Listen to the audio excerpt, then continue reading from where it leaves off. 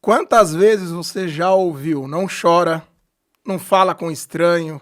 Quantas oportunidades você já perdeu por não conseguir expressar seu ponto de vista? Quantas vezes você já sofreu pela roupa que usa? O nosso grande convidado, que honra, hein, meu amigo? É nóis. William, A honra seja é bem-vindo, minha. meu irmão. Obrigado, viu? Valeu. Falar de comunicação, autoconhecimento, um pouco de resenha, você que vem do exterior. Bora, eu E venho aí, de meu longe. amigo, como que tá essa caminhada bonita? Então, vem lá de Massachusetts, né, velho? Da longínqua Massachusetts. Pra quem tá assistindo que nunca foi em Mauá, continua assim, não vai lá não, que lá não tem nada de bom. Você sabe que lá toda cidade tem a pessoa famosa que representa a cidade. Sabe quem que é o de Mauá? Batoré, velho. Imagina, a cidade que é representada pelo Batoré, nós estamos lascados, né? Mas obrigado, cara. Obrigado pelo convite aí. Vamos bater esse papo e é essa parada mesmo, né? Não fala com estranho, um monte de coisinha. Você não tem que falar. Quem prega o que se destaca leva martelada. Então, assim, a gente é condicionado a viver de forma... Fica escondido, não fica se destacando, não. E aí cria esse monte de gente insegura, ansiosa, né? E eu acredito muito que a comunicação, ela é a base de tudo isso. Então, se a pessoa consegue se expressar e pelo menos dar nome para aquilo que ela está sentindo, ela consegue livrar uns problemas aí da vida. Nós que trabalhamos com pessoas, nós que temos esse grande privilégio de, às vezes, sermos pais, mães, amigos dos filhos que nós não geramos, Isso. é algo muito bonito ajudar as pessoas a expressarem seus pontos de vista. Qual é o seu ponto de vista sobre a comunicação? E hoje que você está linkado, né, com neurociência, comunicação, palestras, como que foi essa construção? Cara, é muito legal. Uma área que eu gosto muito de estudar é etimologia, né? Porque quando você entende de onde vem uma palavra, por que livro chama livro e não chama copo? Porque tem um porquê. E a etimologia, ela ensina muito disso, né? Então, quando você pega as palavras, você começa a entender o que quem criou aquela palavra quis dizer. E a palavra comunicação, ela vem do latim communicatio. Eu sempre me acho muito parecido com o Cortella, né? O communicatio vem do latim, né? Então ela vem do latim communicatio, que quer dizer o quê? Tornar comum. Então o que é comunicar? Eu sei e agora você também sabe. Então comunicar não é falar bonito, sabe? Você usa assim um tom de voz, calabresa, R$19,90 o quilo, né? Aquele tom de locutor de mercado. Comunicar não é falar difícil, pelo contrário. Comunicação é falar de uma forma com que o outro entenda.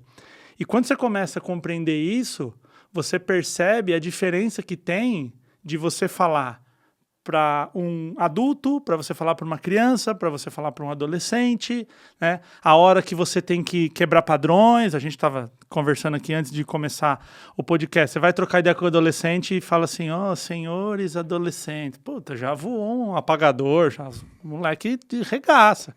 Então, se você não entra muito no punch, assim, para eles falarem, eita, o negócio vai ser louco aqui. Quando você traz essa atenção, aí você entra com conteúdo. Então, a comunicação, ela tem essa ligação direta com o emocional. A palavra, né, ela tem a capacidade de mexer no emocional de uma pessoa. Então, se você consegue entender essa parada e vai levando a tua comunicação de forma com que você consiga trabalhar com quem está te ouvindo e mexer nessa emoção, você é um bom comunicador. Então você torna comum aquilo que você está querendo dizer. Tem um exemplo que eu gosto de dar, eu não gosto de falar de política, então você que está aí não xinga ainda, é uma política técnica, a gente vai falar de comunicação, mas você pega tipo 2 exemplos. Na última eleição para presidente, o Lula e o Bolsonaro tiveram mais de 90% dos votos válidos. E a gente tem que parar, sem paixões partidárias, e olhar. Por que numa eleição com 8, 9 candidatos, 2 tem mais de 90%? Esses 2 caras fazem alguma coisa que os outros não fazem. E assim, não é conhecimento técnico, não é experiência, não é nada disso. É alguma coisa que esses caras fazem. E a resposta está na comunicação. Porque tanto o Lula quanto o Bolsonaro, eles são caras peritos, mestres em falar com o povo, velho. Até a galera fala às vezes assim, o Bolsonaro se comunica mal. Eu, como profissional de comunicação, discordo totalmente. Eu acho que o Bolsonaro se comunica muito bem para aquilo que ele se predispõe, para aquele público que ele quer atingir. O Lula, a mesma coisa. Cara, o Lula explica inflação, ele vai no jogo do Corinthians, aí compra um pernil, e aí o pernil subiu o preço, a inflação. Sei lá, ele faz umas analogias com futebol e as pessoas entendem. O que o Lula tá fazendo, o que o Bolsonaro tá fazendo? Tornando comum aquilo que eles estão querendo. Aí você vai no outro extremo, você pega o Temer. E o Temer é bom de falar que ninguém defende, então não dá briga. Pode ripar que ninguém vem... Não vai vir ninguém no comentário assim, não fale assim do Temer. O Temer é um cara muito mais estudado que o Lula e que o Bolsonaro. É um cara muito mais velho na política que o Lula e o Bolsonaro. O Temer tá na pista desde a ditadura, tá há muitos anos. É um cara que já viveu muito mais, é o cara que conhece todos os bastidores da política. Tem diploma, né? Ele é doutor em Constituição, então o cara tem uma alta formação. Mas você assiste um discurso do Michel Temer, você não entende nada, cara. Você não entende nada. Ele manda aqueles teloê, ele faz aquelas mesóclises lá. Então, assim, mano, o povo, a população brasileira que é ignorante na questão do estudo, é uma população pobre, uma população que está correndo atrás do que comer todo dia, a formação da nossa população é isso, né? Nós que abrimos a geladeira e tem comida lá dentro, a gente é exceção. O povão tá correndo atrás e tal. Cara, esse cara não entende o Temer.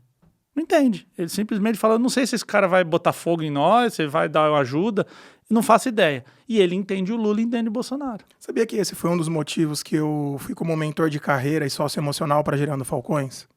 Porque nós recebíamos os feats, né? Entre mentor e mentorado, e eram perguntas simples. Que time você torce? Que tipo de música você gosta? Qual é a sua instrução religiosa? Existe instrução religiosa?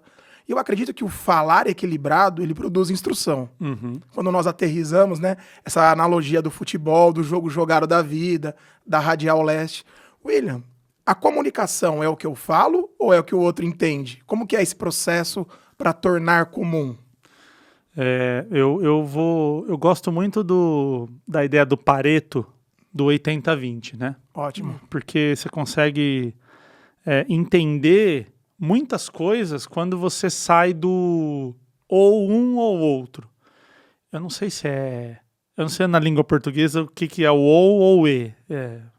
Pronome, objeto, sei lá que cacete que é, mas assim, às vezes a gente pode trocar o ou pelo e.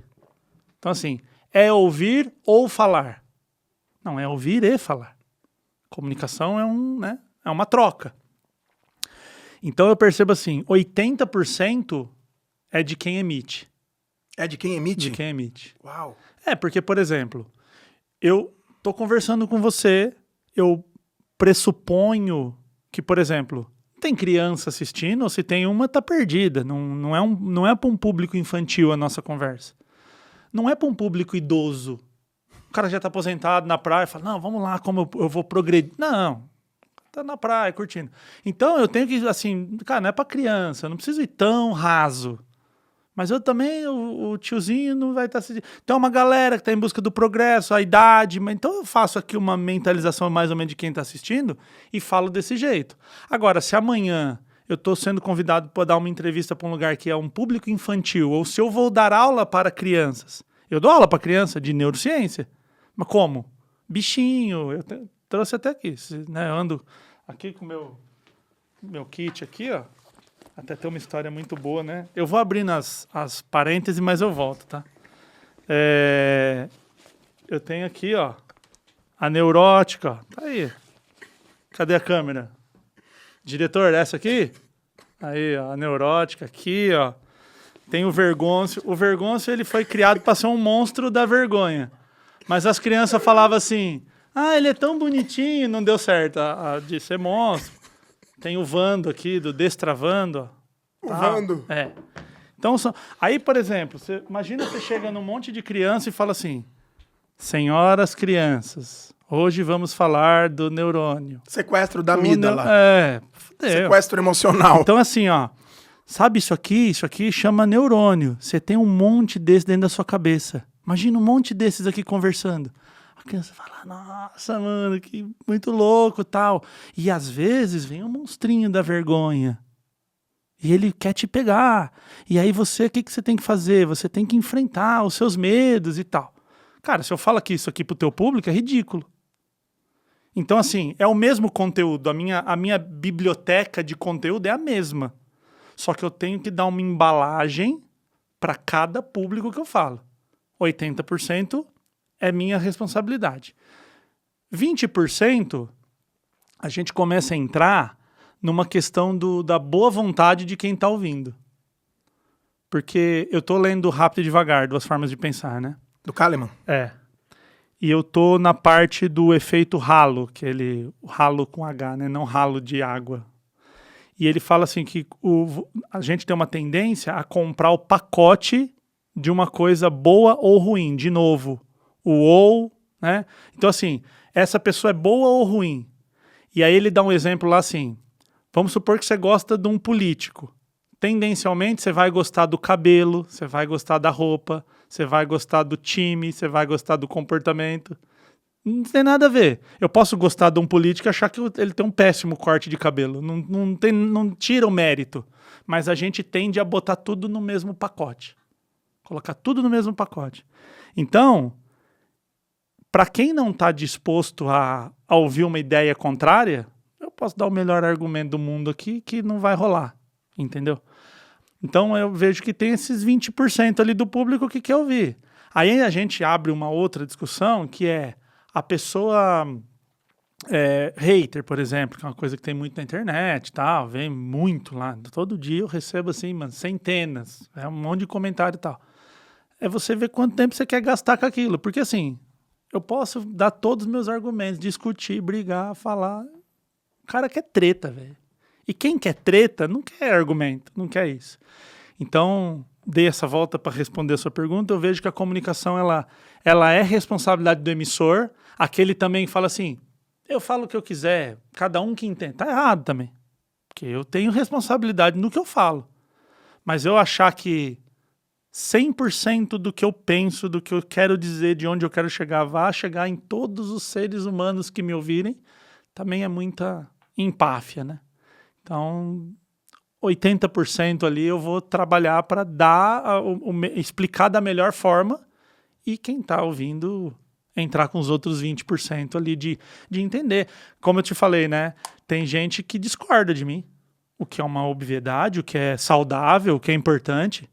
E as pessoas às vezes chegam lá, mano, o cara discorda de você, ele derruba teu argumento com tanta gentileza que você agradece, até a pessoa tá ali falando que você tá falando errado, que você tá fazendo errado, mas você até agradece a pessoa de tão gentil que ela tá sendo. E aquele outro que chega lá chutando, falando que vai matar minha mãe, já tem essas coisas assim. Aí vai da gente o quanto que a gente quer, quanto eu quero converter esse cara. Será que eu quero converter ele na minha ideia? Quanto de vida quer gastar nisso, né? Exatamente. Porque aí entra naquela coisa do meu ego, se a gente pode chamar assim, de falar assim, eu não aceito que ele não concorde, então eu preciso ir lá e catequizar esse cara. Não. Um dia eu tava, foi engraçado até, um efeito muito legal disso que acontece é assim, você começa a perceber que você tá crescendo quando você tem hater. Tipo, vem alguém lá e te xinga de graça, você fala, opa, bom sinal. Tá ficando bom, tá chegando, tá furando a bolha. Você começa a perceber que você tá crescendo muito quando alguém de livre e espontânea vontade vem lá e te defende. Uma pessoa entra e te defende, briga com a pessoa que tá te xingando. Aí um dia eu fiz um vídeo, sei lá, sobre criança e dá várias tretas, porque assim, por exemplo, eu falo, não bate em criança, cara, não adianta bater, você não bate em ninguém. Imagina uma pessoa assim, o idoso fez xixi na calça, você lá e dá um pau nele, chutar ele. É um absurdo. E por que alguém acha que fazer isso com a criança é normal? Que ensina, essas coisas. E isso dá uma puta polêmica. Muito, assim. E um dia um cara veio e escreveu 50 linhas lá, argumentando que tinha que bater em criança.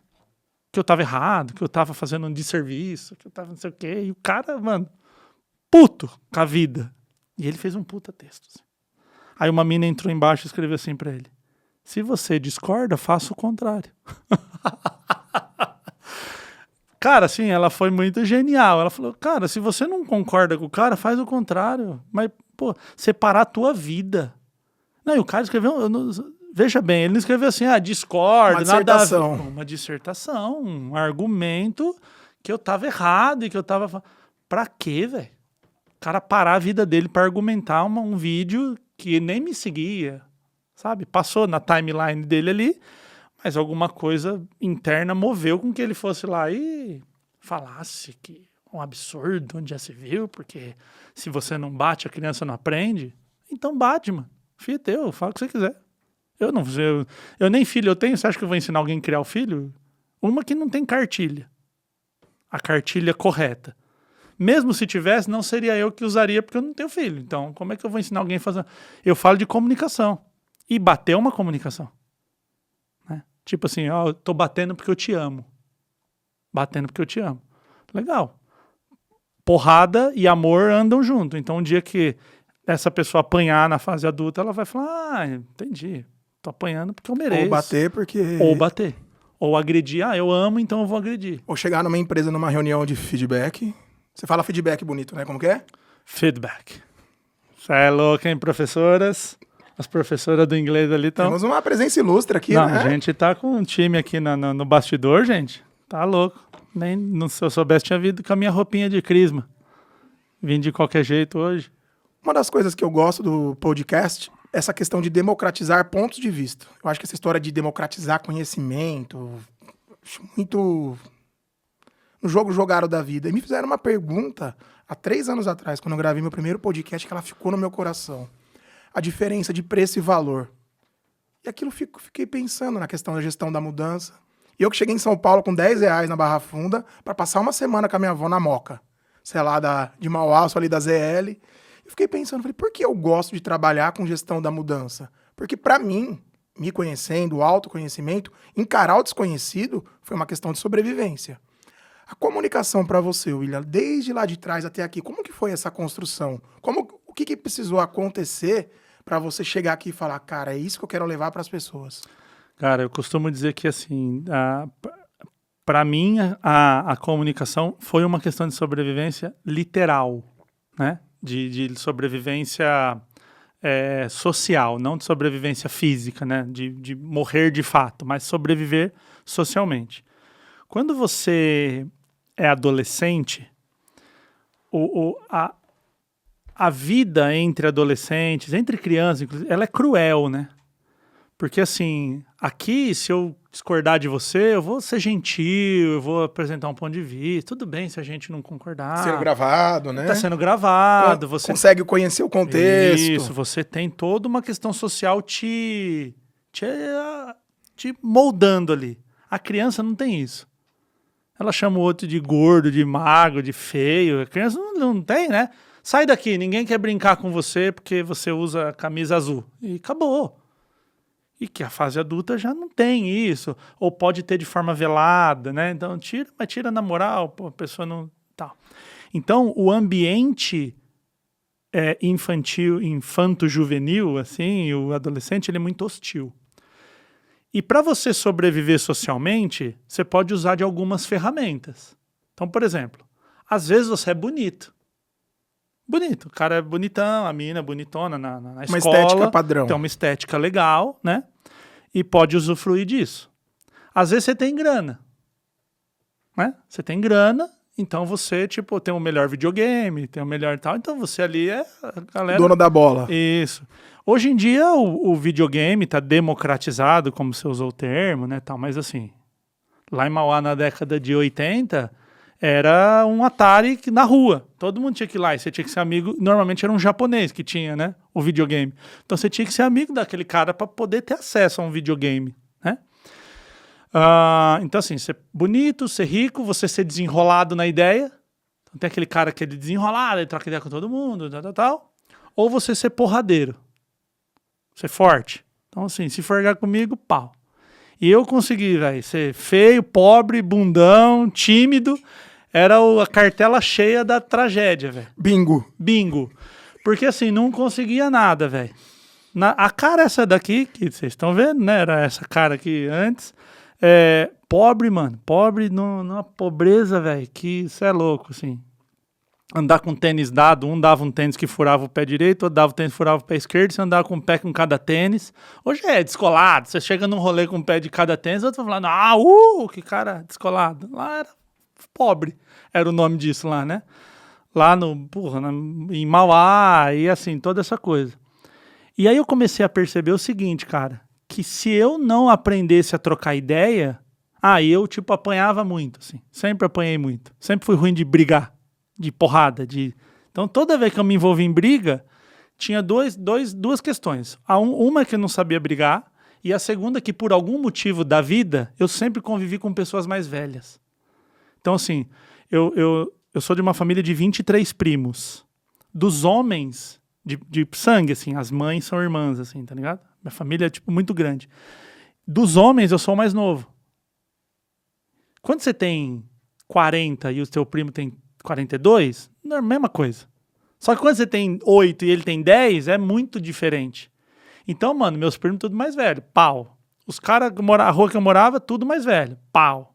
Então, assim, apanhava toda hora, velho. Era foda. E eu comecei a perceber o seguinte, mas quando eu troco ideia, eu sou um cara bacana e eu converso com aquele cara que bate nos outros, eu tô defendido. Então, tá me batendo aqui, o cara ia lá e pau. Então eu comecei a articular. Então, antes de você me bater, deixa eu argumentar uma ideia aqui. E aí eu parei de apanhar. O que para um adolescente já é uma baita vitória social. Você não apanhar, né? Você não... Mas sempre na ideia. Que eu falar, no braço não vai dar. E era aquele moleque meio bobo, não sabia jogar bola. Eu gostava de ler, tá ligado? Então hoje, quando você fala assim, eu amo a leitura, você fala, parabéns. 13 anos gostar de ler, trouxa, não serve pra nada, né? Aí, eu comecei a perceber as outras questões sociais. Então, conversar com alguma menina, alguma coisa, isso já maior ali, né? Então, eu percebi, apesar dessa cara aqui, dá pra ter algum tipo de vantagem conversando. Então, a comunicação sempre veio nessa coisa de tipo, fazer as pessoas darem risada, ser uma pessoa assim que me faz ser muito bem aceito nos lugares. Tanto que quando alguém pergunta qual a coisa que você mais gosta na vida, eu falo, cara, quando eu falo uma coisa, alguém ri. É um prazer, é uma coisa que, assim, é muito legal. Você conseguir tirar alguém ali de um negócio, uma coisa que eu escuto muito, assim, só você para me fazer rir, que eu tô passando aqui uma dificuldade. Isso para mim, cara, é muito, muito bom, assim, é uma coisa que me faz muito bem. Então a comunicação, ela teve essa questão de estar ligada à sobrevivência social. Aí quando eu tava ali com uns 18 anos, eu era muito tímido fora do meu círculo social. Então entre os amigos, brincava ali, piada, mas fora, muito tímido, muito, muito, muito. Tipo, mano, ia conversar com a mina, passava mal, dava dor de barriga, era uma coisa apavorante na minha vida, né? Eu fui dar meu primeiro beijo, eu tinha 17 anos, já tava barbado na cara e não tinha dado... Era BV, né? Que a galera chama e tal. Então era muito difícil eu me relacionar com pessoas fora do meu ciclo. Aí eu trabalhava numa empresa, trabalhando em metro 10 anos, fazendo inspeção de cargas perigosas, né? Tipo, nada a ver. É a falta de um teste vocacional, por exemplo, na infância. Porque pobre, mano, assim, cara, se você não roubar e não for vagabundo, já trabalha com qualquer coisa, né? Então, assim, foi aparecendo a oportunidade ali, o curso que tinha vaga, e vai fazendo e vai se virando.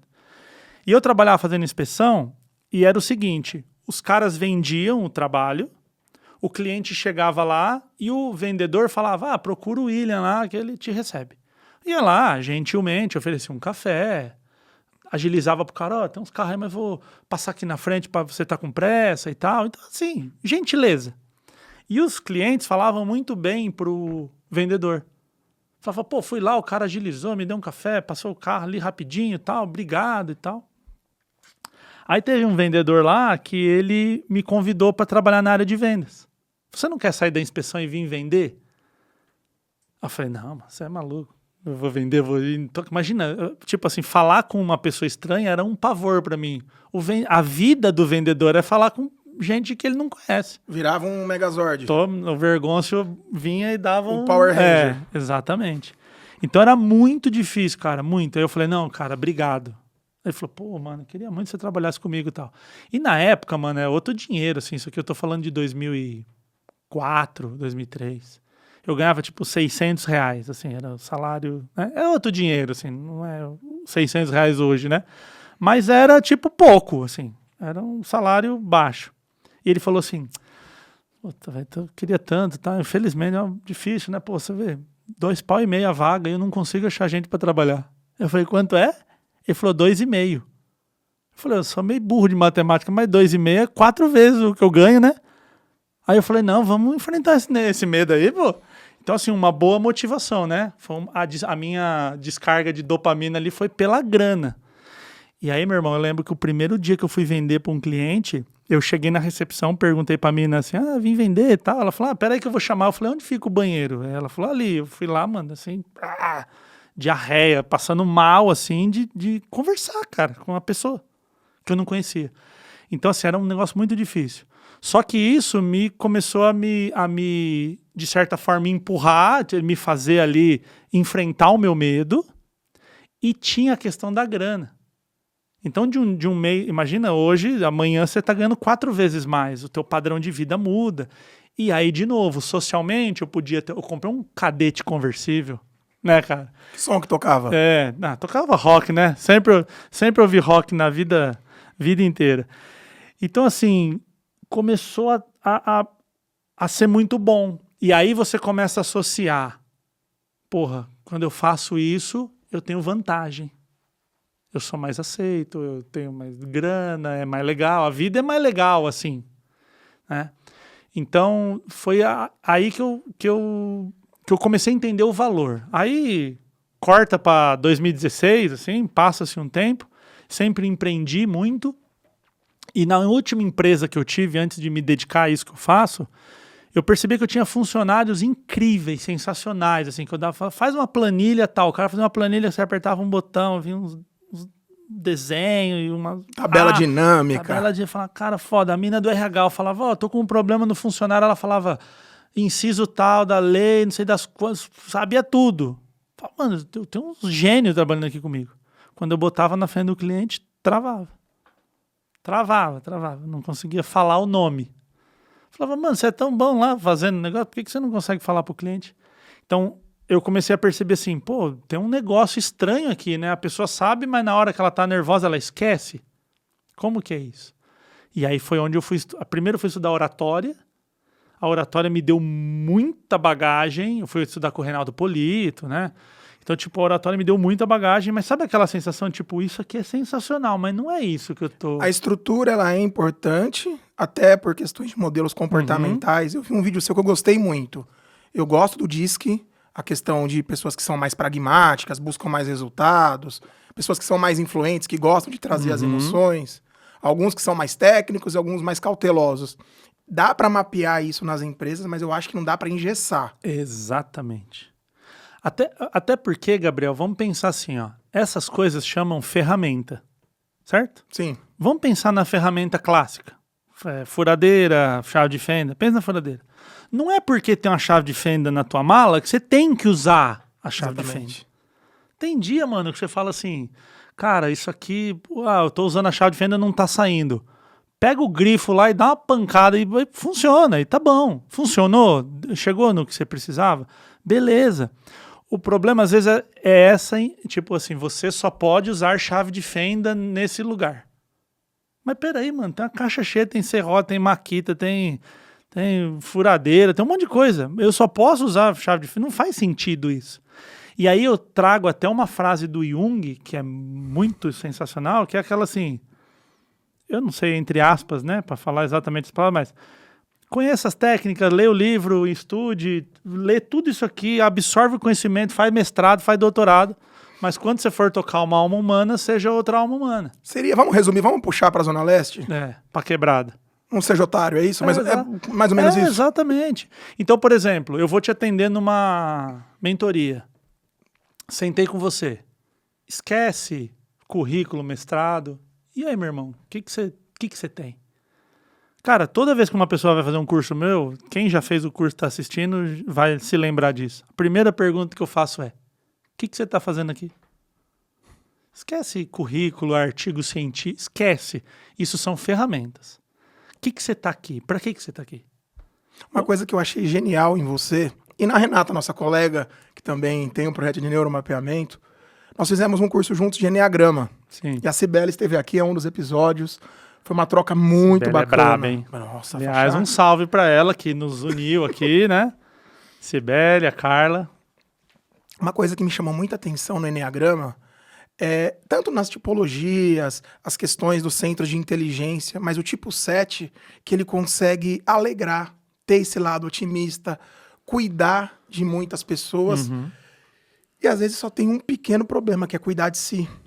Às vezes quem ri de tudo acaba sendo desespero. Tem até uma música que fala isso. E eu observava você, porque assim, jeito solto. O tipo 7 é solto. E você não notava, você só ficava prestando atenção. E eu sou a pessoa que eu tenho a necessidade, por uma asa 6 de segurança, de anotar tudo. Os meus livros, eles têm marcações. E eu observava você ser assim, tirando uma onda, dando risada, brincando. O Enneagrama, para você, foi... Como que você olhou para o Enneagrama? O que você aplicou? O que fez sentido para você nessa trajetória, até dentro da comunicação? Acho que a coisa principal ali do Enneagrama, daquele aprendizado, foi de você começar a perceber como que o ser humano... Porque cada um aqui tem o seu DNA, a sua história, a sua identidade, a sua digital, nenhuma digital. Então a gente é muito diferente. Só que a gente é muito diferente num nível muito alto. Aqui a gente é muito diferente. Quando você começa a ir para a base, você começa a ver que o ser humano ele é bem mais padronizado do que a gente imagina. Então eu acredito que o DISC, o Enneagrama, tem agora o tal do Big Five, né? Eu acredito que essas ferramentas, e de novo, né? Quando eu olho o mundo assim, eu só divido as pessoas em 7, 8, eu vou errar. Porque é uma ferramenta. Tem hora que quando você reconhece algum número do Enneagrama e usa aquilo e você vê que funciona, pronto. Você precisava pôr um prego na parede e pegou um martelo. Show. Sabe?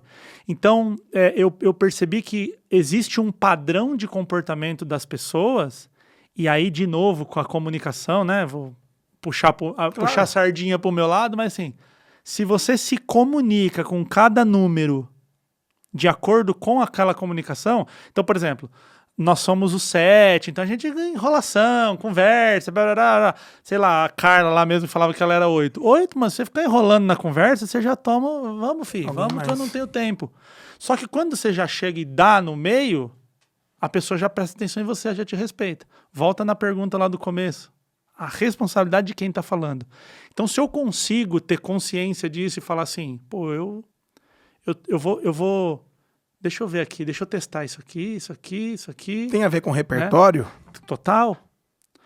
O repertório, usando a analogia da caixa de ferramenta, é assim, quem tem pouco repertório só tem um martelo. Quem pensa só martelo, acha que todo mundo é prego. Só tem martelo. Aí um dia tá vazando água no tubo. Cara, seu martelo não serve de nada. Não adianta ter martelo. Agora... O que é um grande repertório? Uma pessoa que tem um monte de ferramenta, então ela sabe se adequar. Falar de si mesmo é meio zoado, assim, né? Mas se eu pudesse reconhecer uma característica em mim, eu não vou nem falar qualidade, mas uma característica, se você me botar o Joe Biden aqui, vamos pôr ele na figura de pessoa mais poderosa do mundo, troco ideia, igual troco ideia com uma pessoa analfabeta, igual troco ideia com um dono de empresa, igual com um gerente, igual com não sei quem, normal. Eu travei uma vez na minha vida que eu não sabia o que falar. Uma vez. Que eu fui meio fanboy, assim. Tipo, sabe? Aquelas minas que dormem na frente do Backstreet Boys. Eu fui meio aquilo.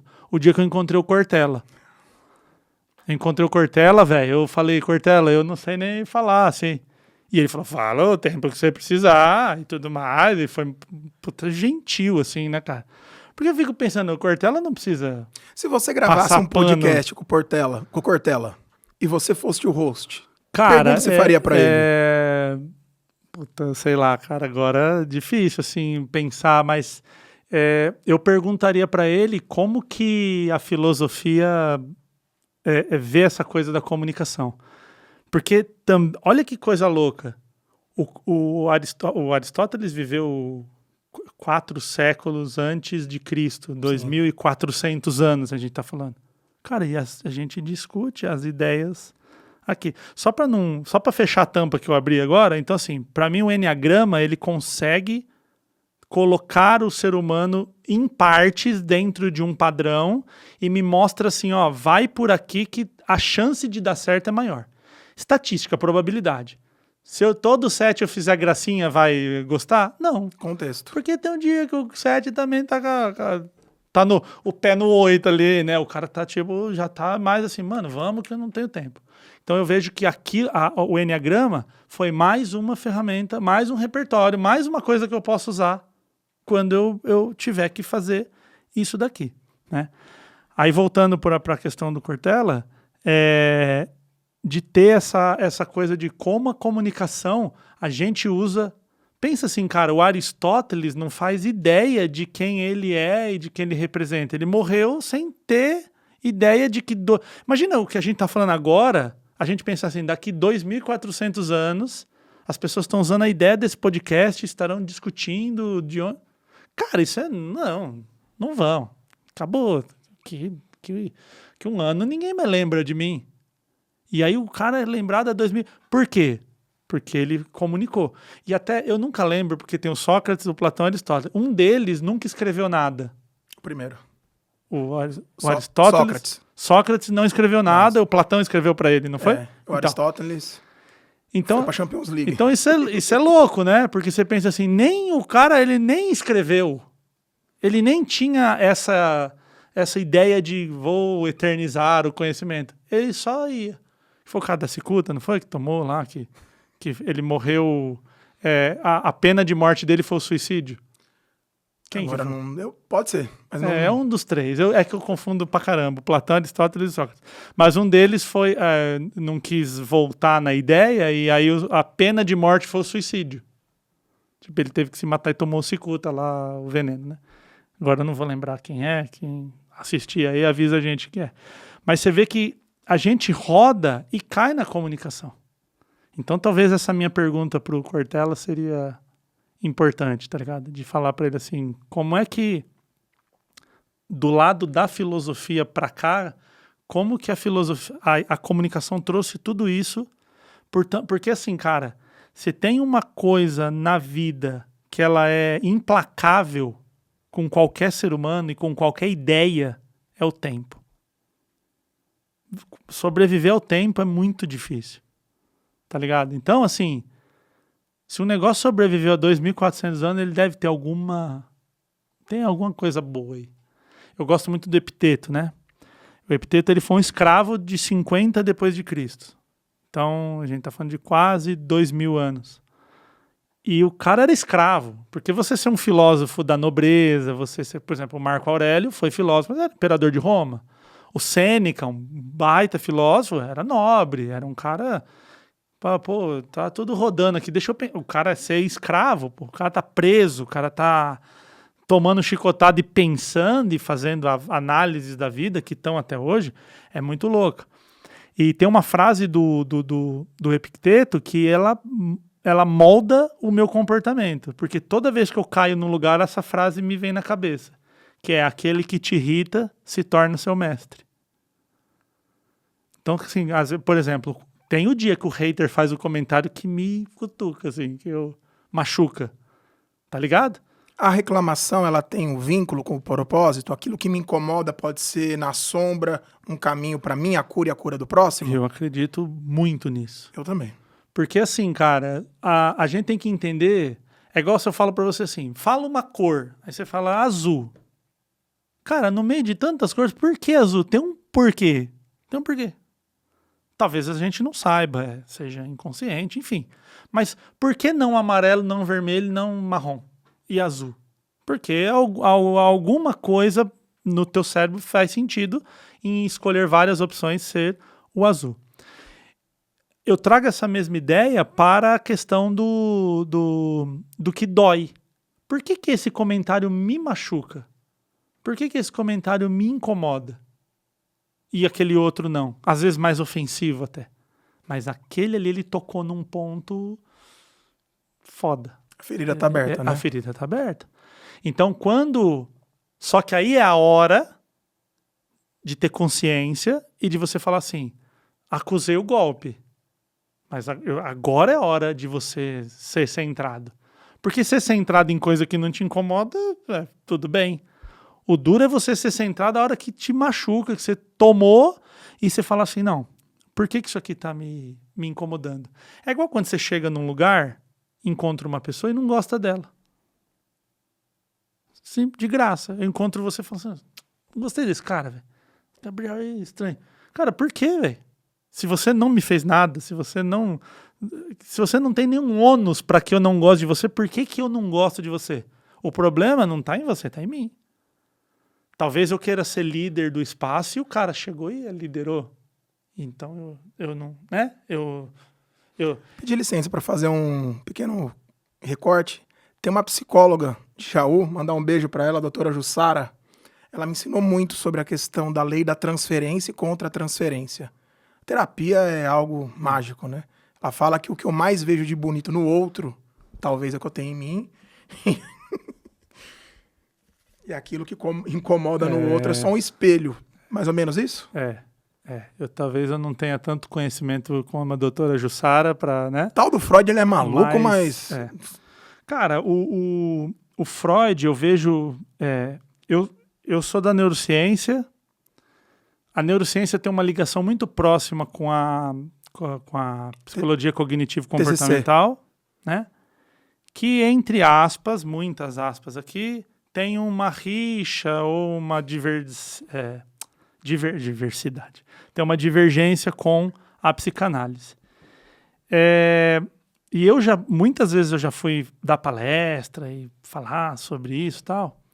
E às vezes tem psicanalista assistindo e fica meio assim, ou vem falar comigo meio pé atrás, ou como se o dele fosse melhor que o meu, ou o meu fosse melhor que o dele. A pessoa às vezes vem numa coisa, eu só sei psicanálise, ou não, eu sei psicanálise, você tá falando... E cara, eu fico pensando, né? Tem tanta coisa boa em tudo isso pra gente ler e pensar. A minha forma de enxergar o Freud, por exemplo... É assim, para mim ele é genial. Genial. O cara, ele falou assim, mano, por que isso aqui? Vamos abrir a frente. Então eu penso assim, a saúde mental, o desenvolvimento humano era uma selva muito fechada e o Freud foi ali o primeiro cara que abriu de fato uma trilha. Várias pessoas antes dele mexeram, testaram. O próprio Aristóteles lá falava que o cérebro era apenas para resfriar o sangue, né?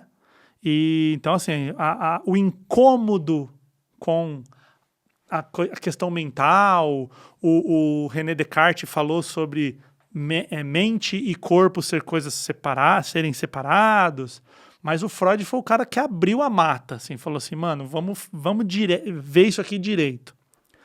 Como toda pessoa que viveu há 200 anos, acho que foi no começo do século XX, então 100 anos, vai.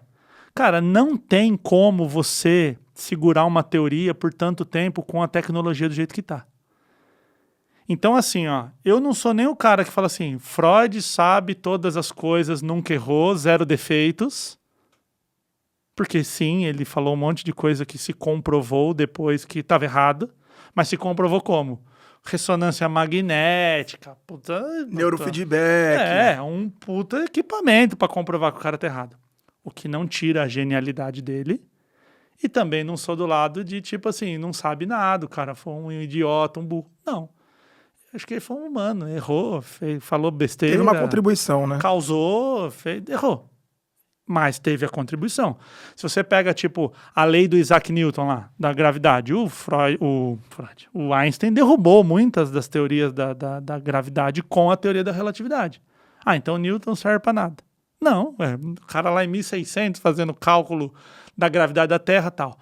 E as teorias do Einstein, que é considerado por muitos o maior de todos, o cara mais inteligente, muitas teorias do Einstein já foram derrubadas com a tecnologia de hoje. Imagina o Einstein com iPhone, véio, com chat GPT, com com ressonância, com foguete, sei lá, Elon Musk. Então, assim, a gente precisa olhar para esse lado. Então, eu vejo que essa treta não faz muito sentido. Tem muita coisa legal na psicanálise você aprender, você aprende na TCC, você aprende, né? Agora, a gente abriu o Freud porque você viu que a terapia do TDAH está funcionando, né? Que eu vou lá, mas eu volto no ponto que a gente partiu. Quando a gente fala dessa coisa de se ver no outro, que o Freud veio trazendo essa coisa, ele tem um outro termo, não é espelhamento, né? Ele fala... Transferência? Não, tem alguma... Daqui a pouco eu lembro o nome. Projeção. Ele gosta de usar, né, a palavra projeção. Eu acredito muito nisso na seguinte questão. Por que que uma coisa te tira do sério, velho? Tipo, por quê? É a gente olhar para uma emoção, e a emoção, ao longo da evolução da espécie, ela foi feita para não ser controlada. Tanto que eu brigo sempre, eu falo, gente, não fala controlar as emoções, não existe. Emoção foi feita para não ser controlada. Entra um bandido armado que atirando, eu falo, não vou ter medo. Pronto, decidi, não vou ter medo. Não. Foi até o que a Carla falou pro próprio Daniel Goleman no curso da PUC, né? Entendeu? Exatamente. Então, assim, não se controla.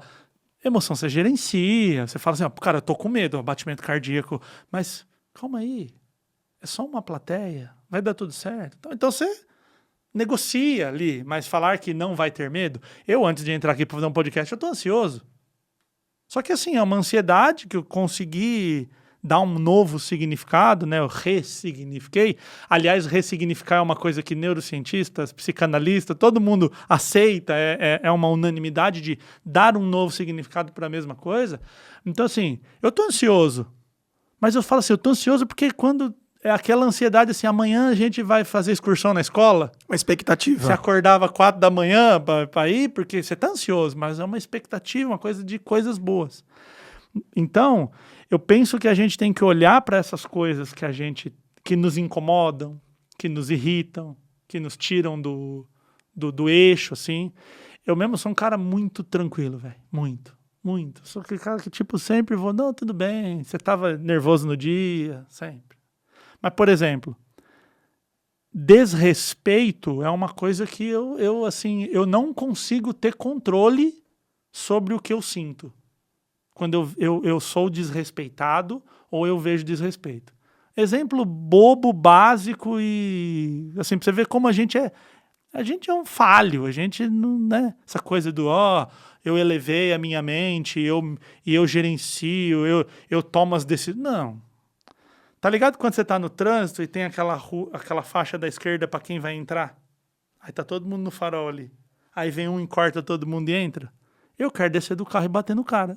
Faz sentido isso? Eu não sou assim, eu não quero bater em ninguém, eu não tenho raiva, não brigo, nada. Eu não sou uma pessoa assim. Mas nesse lugar, tira eu do sério. Eu bati uma vez, eu bati o carro. O cara entrou, eu tava primeiro, eu fui e dei na porta do carro dele. Pra quê? Fala pra mim. Só que é uma coisa que é muito forte em mim. Do tipo, o cara... Porque assim... Todo mundo tem que esperar o trânsito e o bonito vai passar na frente e vai entrar. Será que seu senso de identidade, de integridade, de coerência, de ser genuíno, ele fica tão alto que nesse contexto, nesse momento, tem o tal do sequestro emocional? Ele faz mal, é onde a homeostase, né? A homeostase ela é ruim se você passar para cima ou para baixo. Você tem uma faixa ali. Então, é o que a gente estava... Eu não sei se já estava valendo o nosso podcast ou se era o nosso papo antes... Mas é aquela história de você sair do certo e errado e ir para o adequado e inadequado. Então, assim, ser um cara, gente boa, é bom ou ruim? Não vamos pôr juízo de valor nisso, vamos pôr adequado e inadequado. Tem hora, meu irmão, você tem que bater na mesa, porque senão não funciona. Dá para ser legal e...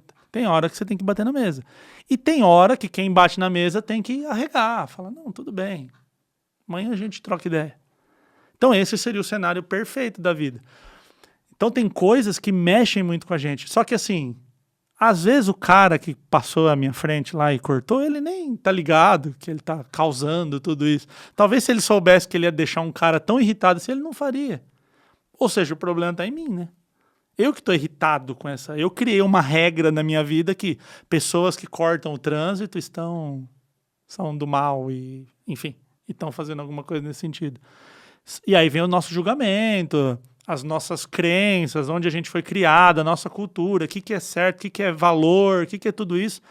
Aí, meu irmão, você vai para um lugar que, assim, não faço ideia de onde vem isso aí. Você me perguntar, por que você fica assim? Se eu soubesse, eu não ficava. Atualmente você passa por algum processo terapêutico? Cara, formal não. Aquele de sentar lá e... O que é um erro, tá? Não falo isso com assim, não, eu não passo por terapia. Eu brinco assim, tem duas pessoas que no mundo, as que fazem terapia e as que acham que não precisam.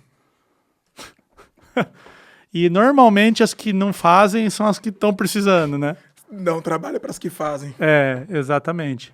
Mas assim, eu lido muito com profissionais de terapia. Todos os dias eu tô conversando e tal. Então acaba tendo aquela terapia informal. Aquela coisa do... Pô, peguei um comportamento assim, tudo bem da gente conversar sobre isso, e aí você vai trocando ideia com um amigo, com um camarada. Tô aqui com você, você falou, isso aqui posso contribuir com uma situação aqui com você e tal, e aí a gente vai fazendo. Mas terapia, cara, eu acho que ela é mais que importante, ela é necessária, ela é... Porque a gente vai entrar... E eu não quero entrar para discussão, mas, por exemplo, existe o livre-arbítrio. Então você mora aí no mundo e você tem o livre-arbítrio. Matar alguém, não sei o quê, você tem o livre-arbítrio. A gente pode olhar por um outro lado e falar assim, será mesmo que a gente tem livre-arbítrio? Será que o que eu decido fazer sou eu mesmo que estou decidindo? Será que não é lá o meu pai que gritou lá na minha infância e aí agora eu tenho raiva do cara que fura o farol? Tipo assim, então ter consciência dessa imperfeição, eu acredito que torna a gente melhor. Eu tomei um susto quando nós tivemos essa matéria da teoria do free will, né? Dos condicionamentos nos 7 primeiros anos. Tem até esse livro aqui, ó, deixar uma dica. Se você quiser tomar um susto com seus pais. Porque eu sou filho de mãe solo, William. E um certo momento na terapia, eu percebia que pessoas que eram muito impositivas, muito dominantes, cara, eu queria fechar o pau, seja quem for. E aí um dia uma terapeuta da TCC, ela falou, Gá, pesquisa esse livro. Porque enquanto você não perdoar o seu pai, você não vai conseguir ser um pai, você não vai conseguir ser um bom gestor e você não vai conseguir se relacionar com o masculino. E o perdão como ciência, ele nos ajuda a virar a página, né? Como que é essa questão pra você da paternidade, das coisas que você aprendeu com seu pai? Que nem eu sou filho de mãe solo. Eu tenho um buraco gigante no RG e no coração. E meu apelido em Itaquera, na Leandro de Itaquera, era paizão, porque eu dava o que eu não tinha. Uhum. Aí eu levei isso pra terapia e falei, doutora, como que pode eu conseguir ajudar as pessoas a fazer o que eu não tive? Ela falou, Gabriel, presta atenção.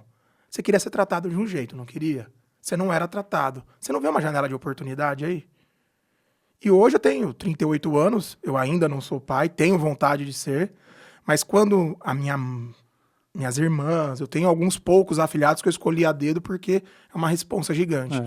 Elas me procuram sobre educação, é o que você falou, não tem cartilha.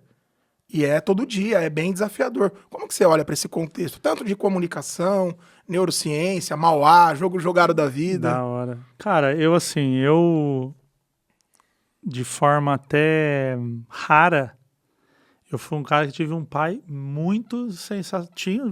Tenho, né? O pai tá lá, fortão. Ele só torce pro Palmeiras, né? Também não dá pra... Tenho que deixar esse asterisco aqui, né?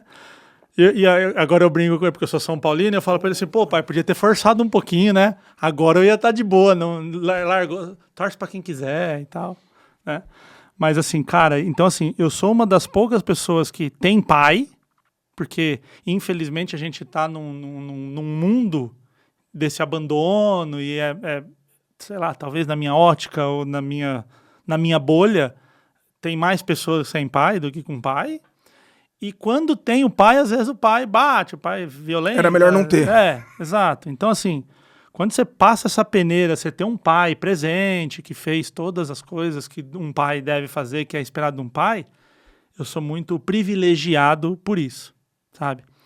Então, assim, cara, eu tenho um pai nota 11. Se eu fosse viver de novo, eu ia querer ter o mesmo pai.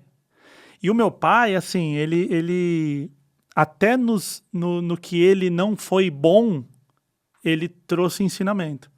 Porque, assim, o meu pai, ele é um cara que foi criado na roça, né? Meu pai é do interior de São Paulo, você acha em Andeara, que nem deve ter no mapa lá, mas perto de Tupã, né?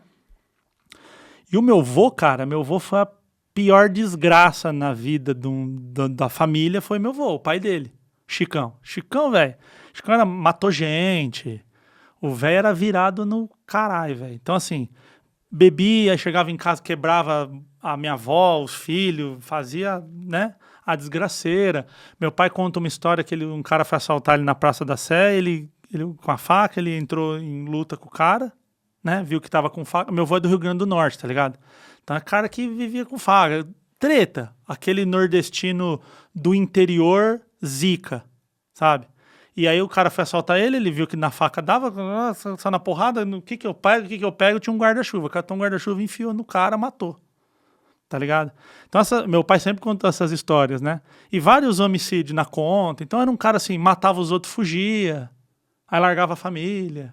Essas paradas todas. Então, o pai do meu pai foi um modelo a não ser seguido.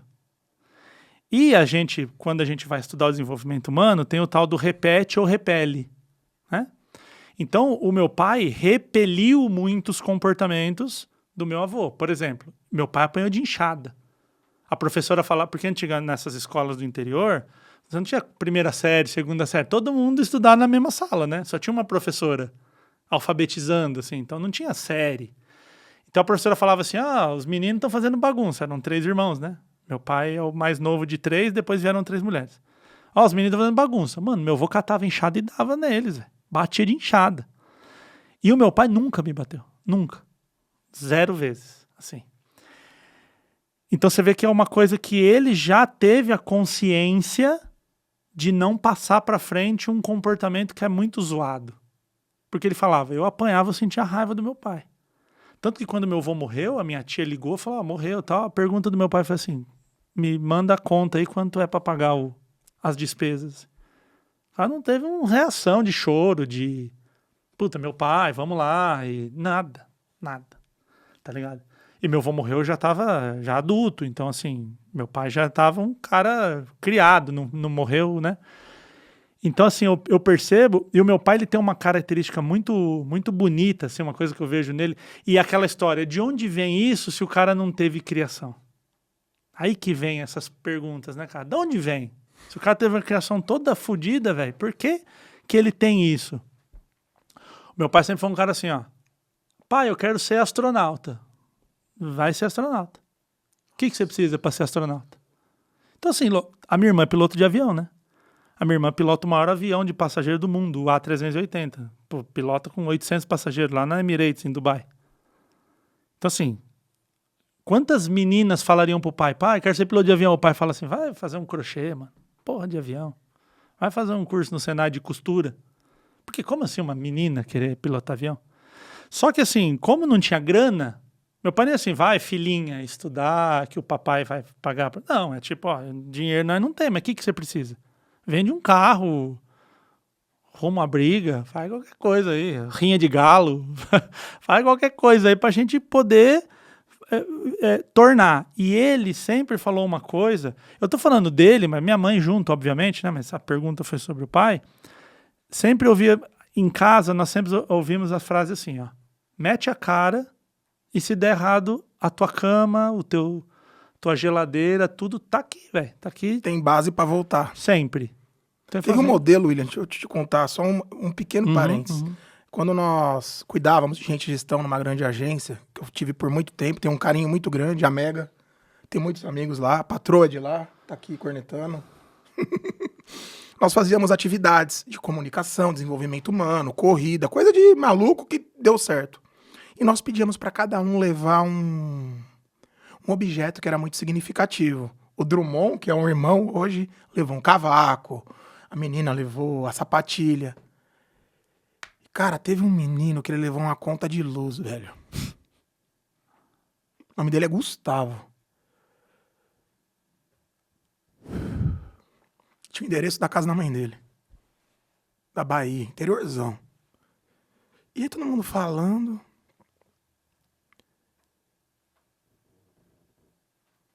E na hora de ele falar, ele falou, olha, o que é mais importante pra mim nesses últimos 4 anos é essa conta de luz. Porque tem o endereço de casa, minha mãe me deu, a hora que eu sair, eu tenho pra onde voltar. Foda, né? A gente tava falando aqui, quando tava montando as câmeras, né, que a gente fica discutindo política, um monte de baboseira, velho, enquanto tem gente que hoje o sonho do cara... Qual que é teu sonho, mano? Ter luz. Ter um pote de comida dentro da geladeira e tal, né? Então, assim, isso é muito importante. E talvez lá na adolescência, meu pai fala isso, porque hoje eu vejo a falta que isso faz quando eu tô ali dando uma mentoria e a pessoa me fala assim, pô, meu pai nunca acreditou em mim, meu pai me xingava, meu pai me... E, cara, assim, meu pai é um ser humano, com seus erros e com seus... Ele era pedreiro? Pedreiro. Lembrei, nós almoçamos lá no curso, você falou. Você trampou com ele um tempo, não Sempre, foi? sempre. É um inferno. Inferno. Cara, tem uma história do meu pai que ela precisa ser contada e ela precisa ficar eternizada, assim. Eu nunca contei isso em podcast, assim. Opa! É uma história muito... Foi horrível a história na época, mas, assim, hoje ela é uma grande lição pra mim, né? Fiquei com muita raiva do meu pai, mas hoje é uma lição. Meu pai estava construindo uma casa e tem aquela época que você tá adolescente, que você já é quase tipo, você tá mais perto de ser um adulto, né? Ali 15 anos, assim, você já tá com barba na cara, tal, mas você ainda é meio criança, mora com a mãe, e o meu pai ficava meio incomodado, tipo, esse moleque sai da escola, fica de tarde aí, fazendo porra nenhuma em casa, levava eu pra obra. Aí levava eu pra obra. Aí, mano, eu lembro assim, essa história, ela tá muito viva na minha mente, assim. Ela é uma coisa muito viva. E é legal que eu falo pro meu pai e ele não lembra disso. Porque pra ele foi um dia a mais na vida. Mas aquilo foi uma grande lição. O meu pai pegou e falou assim pra mim, eu preciso abrir uma valeta no chão daqui e ali. Aí, tipo, me marcou lá. Sei lá, uns 3 metros de valeta. Pra galera que nunca foi em obra, tem o chão, a terra, você tem que pegar uma enxada e ir batendo e arrancando. Só que a terra de um terreno, ela é compactada. Não é aquela terrinha que você bate, ela é dura. Então você tem que vir com um pedaço de ferro, você tem que bater, aí depois você vem com uma enxada menorzinha assim, uma picareta, você vem quebrando e depois você vem arrancando com a enxada. Então era para fazer um buraco.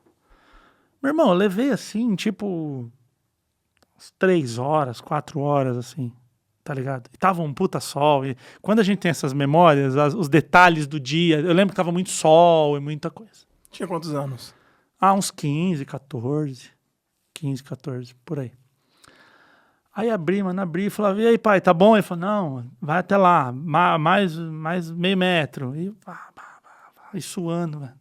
E magrelinho, velho, 15 anos, aquela estrutura. E abrindo. Aí chegou uma hora e falou, beleza, tá bom. Aí, putz, parei, né, mano? Fui lá, comi um negócio, assim, pra me readequar, tomei uma água. Falei, pai, agora, né? Sei lá, vamos fazer. O que a gente vai fazer? Agora tampa. Eu falei, como é que é? Ele falou, tampa, pega a terra e põe de volta. Tampa, não sabe o que é tampar? E o meu pai, diferente de mim, ele não é meu pai, assim, é um cara das 3 palavras, assim. Não é um cara que, tipo, filho, eu estou aqui, não. Você não sabe o que é tampar? Aí eu falei, caralho, e assim, o meu pai sempre foi muito forte, né? Na obra, pedreiro tá ligado, né? Não tem... O cara botava 3 sacos de cimento nas costas e subia uma escada, aquele bagulho. Então, eu não entrava numa com meu pai. Eu falava, mano, se esse cara pegar eu na porrada, não vai dar. E eu fui lá e tampei o buraco. Brabo, mano. Brabo. Puta ignorante da porra, né, mano? O cara mandar eu tampar o buraco e tal. Eu fui lá e tampei. Quando eu terminei de tampar, ele falou assim pra mim, isso aqui é pra você pegar a raiva dessa merda aqui e estudar, porque cavar valeta não é vida pra ninguém, não. E eu pergunto pra ele isso, ele fala, eu não fiz isso. Ah, não fez, né? Quem cavou a valeta fui eu, né, mano? Então ele falou assim, eu quero que você tenha raiva de obra. Você passa em frente a uma obra, você arrepia o braço de pegar raiva disso aqui e estudar. E aí, qual que era a negociação comigo? Ou você vai estudar, ou você vai trabalhar na obra comigo. Ah, como meu pai é um neurocientista, trabalhava com motivação e dopamina de uma forma assim incrível. E aí eu fui estudar, eu entrei agora chama ETEC, né? Mas era ET antigamente, a Escola Técnica Pública. Eu entrei na ET para estudar mecânica automobilística. Depois fui trabalhar no Inmetro, trabalhei por muitos anos na área automobilística por ódio de cava-valeta, velho. Então, assim, eu penso que até hoje estudar e essa coisa a motivação para estudar foi dessa formação. De um cara que não teve oportunidade de estudar. Meu pai fez o ensino médio, eu era adulto, ele fez no supletivo, porque estudou até a 8ª série na roça, tá ligado? Então, velho, essas coisas, elas fazem muita diferença na vida. E o cara que estiver ouvindo a gente, que tem um filho, o homem, porque tem a mãe que abandona, mas é muito raro, né? O volume é o cara. O cara fala assim, mano, eu vou abandonar meu filho, mas eu vou ciente. Sabe quando você entra no site e põe, estou ciente e quero continuar? Porque isso, mano, é uma ferida muito grande. E mesmo que está separado, o filho separa da mulher, mas não separa do filho, não tem divórcio do filho. E aí começa a cair naquela coisa assim. Por exemplo, quer coisa mais boba? Quer coisa mais boba que pensão? Pensão é uma coisa que dois seres humanos decentes não deveria existir. Como assim pensão? Dei aqui os R$300 pra mãe, ela que se vira. É assim, mano, quanto precisa de um tênis? Meio. Você é até mais indicado do que eu para falar sobre isso, mas a última poda neuronal é dos 22 aos 28, né? O que me preocupa muito, muito, muito, as músicas, os estilos, as festas induzem muitos jovens a ter relações sexuais. Papo meio de tiozão, pode ser. É tiozão, né? É, bastante. Mas é importante. O oba-oba, eu vou rebolar minha bunda, eu vou descer, eu vou subir. E crianças cuidando de crianças. A minha mãe, ela ficou grávida com 18 anos. A minha irmã, a Tati, ela ficou grávida da Cacá com 16. A minha sobrinha com 12 anos, ela parecia uma mulher de 18. Eu cheguei em Jaú, na propriedade de padrinho, que eu sou de poucos, mas do que eu sou, é o que você falou, é papo reto. É a hora que o 7 vira 8, né? Uhum. Levei ela no shopping, ela assustada, sentei e falei, nós vamos conversar sobre sexo. Por quê? Porque sua avó engravidou com 18 anos, sua mãe engravidou com 16, e se você não tomar cuidado, você vai repetir o padrão. Com 14, né? Que vem descendo a escadinha ainda. E o que é mais maluco, William, me preocupa, isso me preocupa, e eu converso com os meus amigos, eles falam, Gabriel, você estava numa empresa estável, você estava não sei o quê. Eu falo, cara, não existe felicidade sem consciência. É o que eu gosto do Enneagrama. Não existe consciência. Você tem um padrão automático, você tem um padrão onde você começa a se perceber. Se você vai usar, no meu caso, psicologia positiva, PNL, TCC... De novo, é ferramenta. O que você vai fazer, pouco me importa.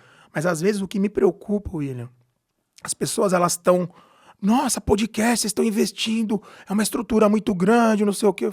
Cara, se preocupe o quanto você pode mudar na vida das pessoas. É isso. O Clóvis de Barros gravou esses dias um podcast com o Joel J, que eu sigo os dois, gosto muito dos dois. E o Joel, ele termina, né, fazendo uma pergunta. Pô, se sua mensagem chegasse para todo mundo, qual seria? O Clóvis falou, se você não for egoísta em pensar só em você e tentar se dedicar, tentar melhorar para ajudar as pessoas, você vai começar a entender um pouco o que é o sentido da vida. Eu vejo você fazendo isso com uma grande maestria. Tá aqui contigo, criando essas trocas, criando esse bom papo de progresso, me emociona. E eu queria te perguntar na propriedade hoje de um cientista. Você tá num caminho de um neurocientista, tá num mestrado, tá num lugar que é para poucos. O que você sentiu a primeira vez que você entrou numa universidade? Porque pra gente que vem de baixo, quando eu entrei na GV, a minha primeira aula era às 7, eu cheguei às 5. É isso mesmo. A minha primeira era 2 e eu tava lá meio dia e meio. É a mesma coisa. Mas sabe o que acontece, cara? A gente, assim, o humano como um todo, a gente tem uma característica, e aí, de novo, saindo daquela coisa do juízo de valor, é bom ou ruim. É uma característica. Às vezes ela ajuda, às vezes ela atrapalha. Que é a adequação. Cara, se você for morar hoje na Groenlândia, lá, menos 50, você vai sofrer muito, cara. Muito. Mas daqui 6 meses, você tá lá. Porque o humano se adapta muito fácil com as coisas. O que é muito bom para muita coisa, só que você também se adapta a ser humilhado, você se adapta a apanhar, você se adapta a sofrer, você se adapta, você fala, como é que eu vou... Esse dia eu estava trocando ideia com um amigo, ele falou que quando era o dia dele para a escola criança, que ia ter o boletim, ele era um aluno, um mau aluno, tinha sempre nota vermelha, chegava em casa, a mãe dele batia, então ele ia para a escola com 3 calças. Porque ele falou, eu vou lá, volto com o boletim, dou na minha mãe disse, filho da puta, filho, tirou a nota ruim. E vinha com o chinelo, com a cinta, ele tava com 3 calças, ele não sofria. Esse cara resolveu o problema? Não, mas ele se adaptou, ele criou mecanismos. E muitas vezes, se a gente traz essa analogia para a vida, né? Quantas pessoas não estão num trabalho que abusa dela, num relacionamento que abusa, numa amizade que abusa, e ao invés dela resolver, ela se adaptou. Então a gente se adapta. Sim, para fazer as coisas e começa a criar mecanismos para conseguir viver da melhor forma naquilo ao invés de mudar o cenário, né? O Clóvis, que você citou, que eu também sou um cara muito fã, assim, acompanho muito o trabalho dele, o Clóvis fala que felicidade é estar onde quer, com quem quer, fazendo o que quer. E a felicidade, ela é um momento, né? Na língua italiana tem uma palavra que chama attimo. O attimo é isso aqui. É tipo aquilo ali. Então, quando você começa a entender que ser feliz não é um lugar que você chega, e aí eu gosto, até as professoras do inglês aqui estão aqui, vou falar mal do inglês aqui, professores de inglês, xinguem aí no comentário, porque agora eu vou falar mal.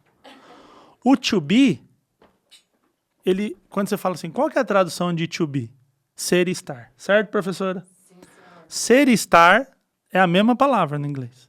E a língua portuguesa, por mais difícil que seja, ela faz uma coisa linda, que é separar o ser e o estar. Ser é uma coisa, estar é outra. E quando eu ouço o Clóvis falando, por exemplo, eu penso no seguinte, ninguém é feliz. A gente está feliz. Então, tipo, eu estou feliz agora. Por quê? Porque eu não quero que acabe. Tipo, porra, tá muito legal, velho. Isso aqui tá muito bacana. Eu não quero que acabe. Se o nosso diretor falar assim, corta, deu a hora, eu vou falar, porra, diretor, taca o negócio no diretor. Entendeu? Porque eu não quero que acabe. Então, eu estou feliz. Daqui a pouco, eu vou sair ali e vou pegar o metrô lotado. Estamos em São Paulo, no horário de pico e tal. Eu não vou estar feliz. Aí que entra aquela positividade tóxica que a galera fala assim, eu tenho que estar feliz no metrô lotado. Não tô, velho. Não tô. É só normal, nem triste também, tá tudo bem. Eu só não tô feliz. Então eu penso que assim, quando eu tiver 1 milhão de seguidores, eu serei feliz. Não vai. Quando eu tiver um carro, não vai ser feliz. Por quê? Porque a gente se adapta. Então, eu conto isso, né? Eu estava ontem discutindo com uma colega de profissão e tal, e ela falou assim, assim, desculpa até falar isso pra você, assim, porque assim, você tem 100 mil seguidores. Eu falei, cara, o que muda? O que muda? Se amanhã o Instagram fechar, não tem mais Instagram, acabou. 100 mil seguidores são bits lá na página, não serve pra nada. Eu quero ter 10 milhões de seguidores, mas isso é uma ferramenta, é uma coisa da vida. Isso não muda a felicidade. E olha que louco. Dia 1º de janeiro, eu tinha 11.500 seguidores. 11.500. Desse ano? Desse ano, 2023, eu tirei um print. 11 mil seguidores. 11.550. Minha meta para 2023, quando você está lá no Réveillon, você fala, vou traçar minha meta para o ano que vem. Minha meta era bater 20. Eu tenho a conta desde 2020. Então eu pensei, se eu conseguir 11 em 2 anos, conseguir 20, né, mais 10 em 3 anos, legal. Aí um vídeo em fevereiro estourou, depois estourou outro, e foi um regaço de gente. Eu me lembro que quando estava 9.990, faltava 10 seguidores para bater o famoso 10 mil, que a gente põe uma marca, né? Eu comecei a pedir para as pessoas nos meus stories convidar alguém. Falou, Gabriel, convida um amigo aí, mano. Tipo, pra vir aí, traz um amigo. Se 10 amigos trouxer um amigo, eu bato os 10 mil. Precisava de 10 pessoas chegar.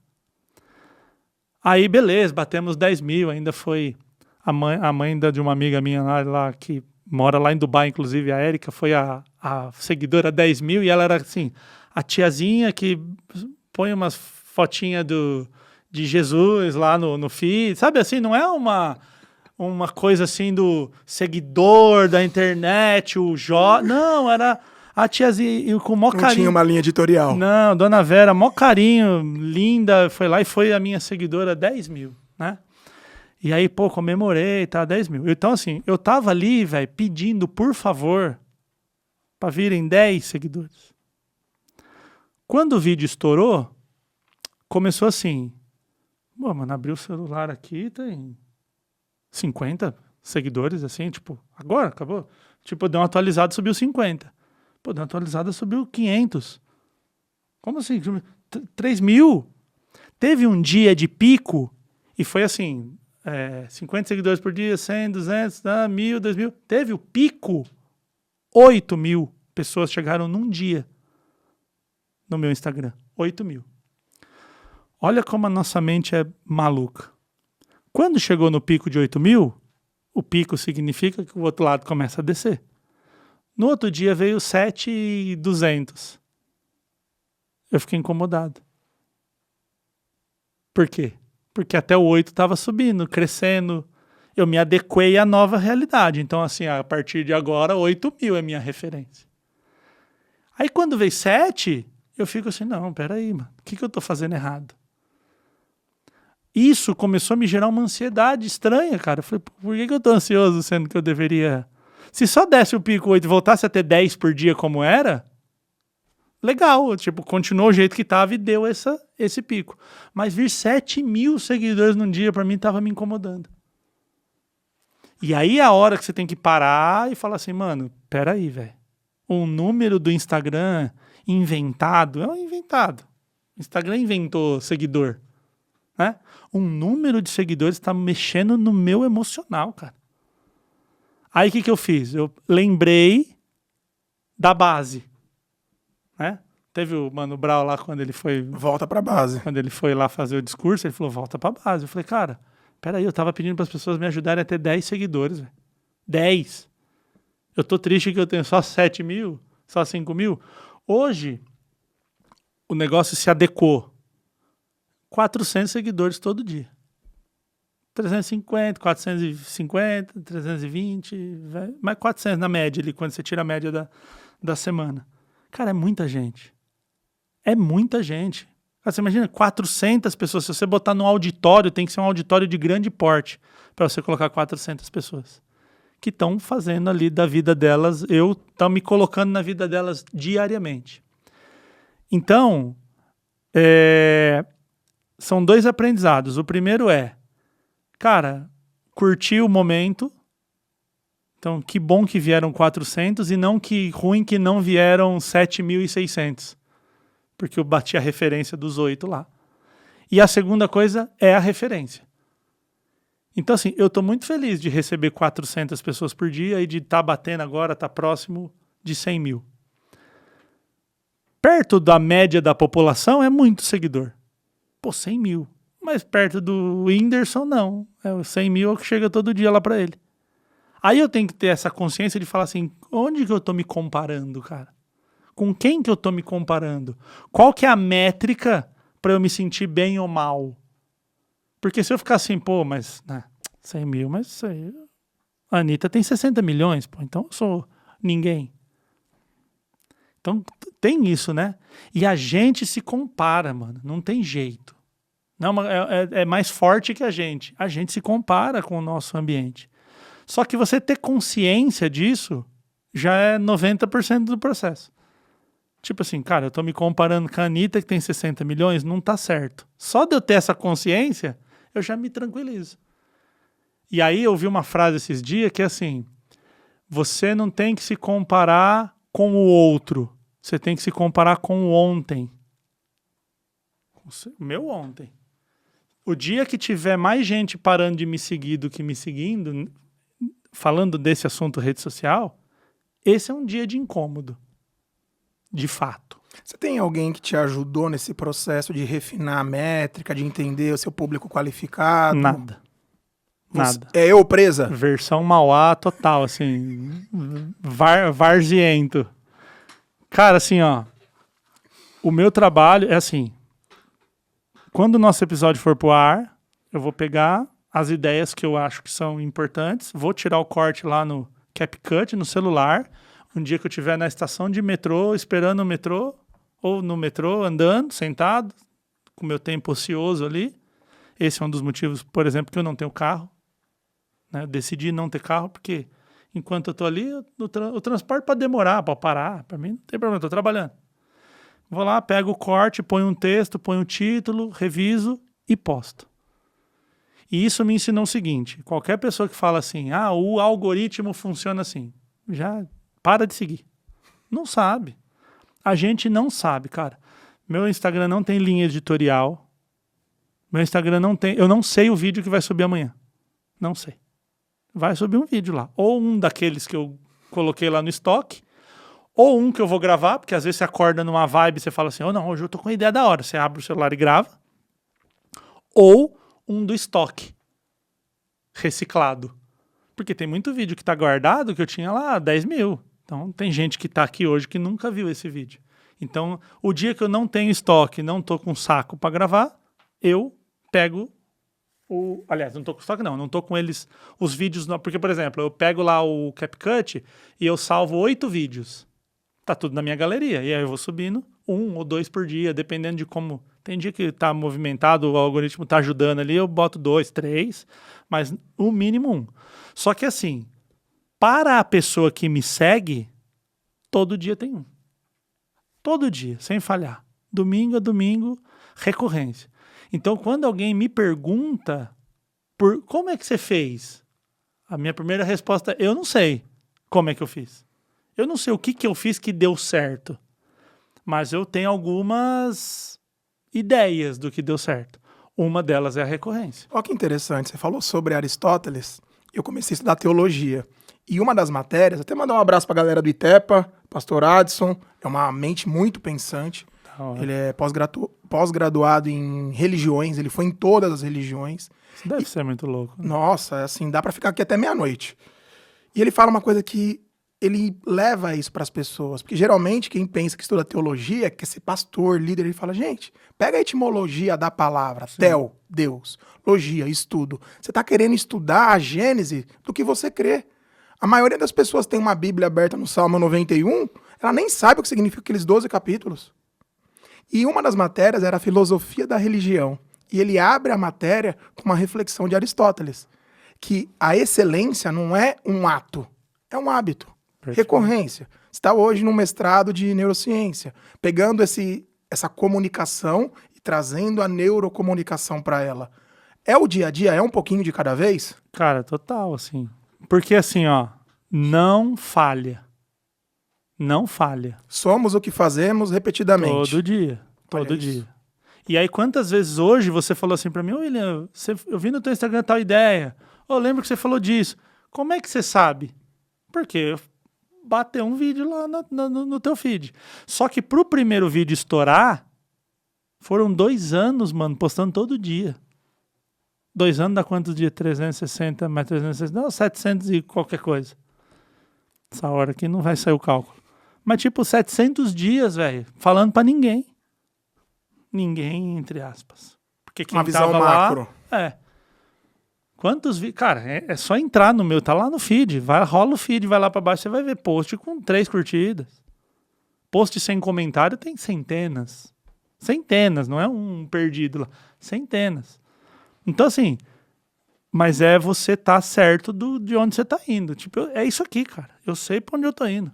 E eu vou continuar indo. Uma hora, tipo, aquelas barragens assim, cara, uma trinquinha que abre na barragem, ela derruba uma barragem, derruba um prédio, cara. Se ela não, né? Então é a constância, é a constância. E essa frase do Aristóteles é muito boa porque não é um negócio, porque pode parecer assim, pô, o cara um dia lá deu sorte. Que pode ser, inclusive, sim. Deu sorte. O Milton Neves, que é do futebol lá, ele tem uma frase que eu gosto muito que é: sorte é oportunidade com competência. Imagina agora entra eu não sei quem é o técnico da seleção agora que o Tite saiu, mas imagina o Tite, é o técnico, ele entra aqui agora e fala assim: William, você vai ser o 9 da Copa. Puta sorte, né? Sorte, quantos brasileiros e eu fui escolhido? Porque o Tite olhou pra mim e gostou de mim. Só que eu não tenho a competência pra atender. Vai ser ruim. Não é, então sorte é oportunidade, que tipo, às vezes a oportunidade ela é sim do nada, ela é tipo aleatória, a oportunidade. Só que se você não tem competência pra segurar aquilo, às vezes a oportunidade ela até te prejudica. Imagina eu na Copa lá, chutando bola torto, galera botando fogo na minha casa, brigando. Eu falei, era melhor não ter vindo, né, cara? Então essa oportunidade aqui não me ajudou em nada. Então eu vejo que essa recorrência, e assim, cara, pode ligar lá naquelas empresas de auditoria lá, e entra no meu Instagram e eu duvido você encontrar um dia que não tem um post lá. Todo dia. Eu fiquei 15 dias na Itália. Tinha um momento do dia que eu falava pra Cláudia o seguinte, falava, Cláudia, preciso de meia hora. Cláudia Patroa? Cláudia Patroa, um beijo pra ela, maravilhosa.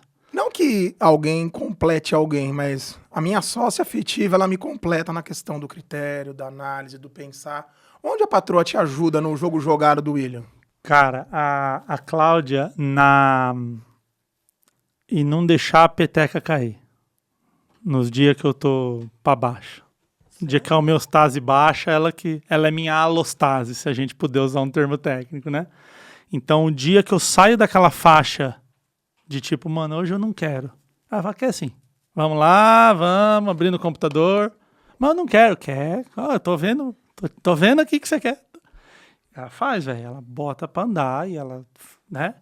Isso é muito legal. E cozinha pra caramba, né? Porque também sem comer a gente não vive.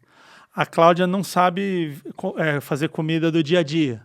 Sabe sim, comida do dia a dia? Mas assim, hoje eu vou fazer um risoto. Mano, é espetacular. E quem faz arroz e feijão? Eu, né? Ah, bom. Então eu tenho essa, fica na minha conta essa daí. Então eu acho que o mais importante nisso que você falou, de completar e tal, o mais importante do nosso relacionamento é que, assim, eu dependo zero da Cláudia. Zero. Assim como ela depende zero de mim. Então a gente só tá junto por um simples e muito fácil motivo. Querer. A gente quer estar junto. Ela não precisa de mim pra grana, ela tipo, é uma mulher que sempre trabalhou, independente, desenrolada, né? A Cláudia, ela é aquela mulher que, tipo, bebe, fica no meio dos caras no bar, fala alto, fala palavrão. Sabe aquela mulher que você... Ai, mulher não pode fazer isso. E ela arregaça, ela não tem essas ideias assim. E essa espontaneidade dela, eu acho que é o mais incrível. Então, é o balanço na hora que eu falo, mano, eu não... Tipo, sei lá, imagina assim, se hoje eu tô em casa e falo assim, pô, tem que ir lá gravar um podcast. Ela fala assim, pô, como assim, mano? Estão te dando a oportunidade, você vai lá falar um podcast, eu não gosto do podcast. Vai, levanta. Levanta, mano, puxa a coberta e põe pra andar. Isso eu acho que é muito legal no nosso relacionamento. Você já pensou em ter um quadro de stand-up? Não. Ah, mentira. Não. Você acredita que eu já fiz curso de stand-up? Eu já fiz, mas não no intuito de fazer um stand-up, e sim entender a técnica por trás de fazer alguém rir. Você segue o Ventura? Sigo. Fenômeno, né? Muito. O Ventura, o Arthur... O Padilha, o Afonso. Afonso Padilha é muito bom. E só para fechar o negócio da Cláudia é o seguinte. A Cláudia tem uma filha de 13 anos, Larissa. E eu tenho um relacionamento com a Larissa muito incrível, que é assim, eu não tenho nenhuma obrigação de ser o pai dela. Porque ela tem um pai muito presente, ela tem um pai da hora, em que ela se dá muito bem, um pai da hora. Então, eu não preciso ser pai. Eu não preciso criar ela, dizer para ela assim, certo, errado, vou te cobrar, faça a lição. Não. Então, assim, eu consigo ter uma relação de amizade muito legal com ela e ela é meu laboratório para os adolescentes, né? Então, às vezes, existem assuntos, tipo assim, foi mal na prova. Contar pro meu pai vai brigar. Contar pra minha mãe vai brigar. Ela conta pra mim. Eu sou ali o escape dela de falar, mano, deu um problema na prova. Eu falo, vamos arredondar por aqui? Vamos estudar? Quando que é a recuperação? Então, quando chega na mãe e no pai, foi mal, mas a gente já alinhou, já marcamos os estudos, já passei a matéria. Então, assim, e ela, além de tudo, ela é muito inteligente no sentido de... Porque inteligência não é saber as capitais e tal. Ela não é, por exemplo, uma aluna que assim, nossa, tira 10 nas matérias. Mas assim, argumenta, cara. Que eu brinco, tem um anão morando dentro dessa criança, né? Porque fala, como é que argumenta um bagulho desse que você não sabe? E agora? Qual que é a resposta? Só que lidar ali com ela e com as ideias que ela me traz, eu falo, já entendi. Então, aí quando eu tô no meio de uma sala de aula, que é meio padrão, né? É meio igual. E uma coisa que eu acho muito bonita entre ela e a Cláudia, elas têm um nível de cumplicidade de falar, tipo assim, imagina uma menina falar pra mãe sobre tesão. Eu saio nunca perto de mim, porque eu morro de vergonha. Eu falo, cara, não fala essas coisas perto de mim. Então, assim, por exemplo, ela começou a namorar e a mãe fala assim, você sabe, né, que tipo, o que você tem... Eu falo, Cláudia, não fala perto de mim essas coisas, eu não quero. Porque há um envolvimento emocional da minha parte ali e eu me sinto constrangido e tal. Mas eu admiro a relação transparente entre as duas. Transparente, assim, mano. Elas falam de tudo. São duas amigas conversando, assim. E eu acho isso muito legal, porque a adolescência é um defeito mental, né? Falta um córtex ali que falta um maestro, é uma banda, a banda do Chaves, tá ligado? Cada um tá tocando a sua música. Falta um maestro para guiar aquilo tudo. E o adolescente... Que isso vem só depois dos 25, 28. A gente usa 25, um número, a biologia não conhece calendário, né? Mas mulher normalmente vem um pouco antes, ela evolui mais rápido, né? Homem é meio bobo sempre, né? Quando a gente olha na média, assim, essa adolescência de 40 anos do homem é complicada, né? Mas assim, o adolescente vai aprender. Seja com você, com o pai, com a mãe, com um lugar seguro, ou ele vai aprender na rua. Então, eu vejo que é muito saudável uma menina poder contar para a mãe tudo. Desde coisas assim muito constrangedoras, tesão, sei lá. A mãe pergunta e elas conversam sobre isso. Eu falo, mano, porque assim, eu fui criado de outro jeito, né? Sexo dentro da minha casa sempre foi uma coisa meio... Por exemplo, eu chegava em casa, tinha uma camisinha em cima da minha cama. Assim. Tipo assim, usa. Mas nunca sentou e trocou ideia. Minha mãe chegar e trocar ideia. Não. É meio vergonhoso isso. Então, é o que falta em mim. Eu vejo muito bonito isso nas duas, sabe? Então, elas conversam sobre tudo, elas trocam ideia sobre tudo. E ali eu vejo a formação de um humano. E é legal porque eu comecei a namorar com a Cláudia, a Larissa tinha 9 anos. Então, ela tá com 13, mano, é outra pessoa. Aquela criança não existe mais. Eu cheguei lá no primeiro dia, ela tinha aquelas arminhas de Nerf, ela falava, vamos brincar de Nerf. E ficava dando tiro. E, sabe, assim, criancinha. E hoje é uma mulher, ela tá muito mais para uma mulher do que para uma criança. E aí começa a usar a roupa da mãe, e a maquiagem, e aí a Cláudia ensina ela como fazer uma maquiagem, como fazer aquela coisa do conhecimento do próprio corpo, do hormônio, da menstruação, dessa coisa toda. E, cara, então assim, eu tenho uma relação muito incrível com ela. Mas ela é muito incrível porque não há responsabilidade. A responsabilidade de um adulto com um adolescente, como eu tenho com os meus alunos, por exemplo. Se a Larissa falar, eu vou cheirar cocaína, eu vou falar para ela não fazer. Mas não há responsabilidade na criação, entendeu? Então, quando a gente precisa trocar uma ideia de uma situação, a gente consegue mais leve, né, do que ter que contar para a mãe, ter que contar para o pai, que às vezes tem coisa que é duro, né? A nota da escola, essa coisa. Então,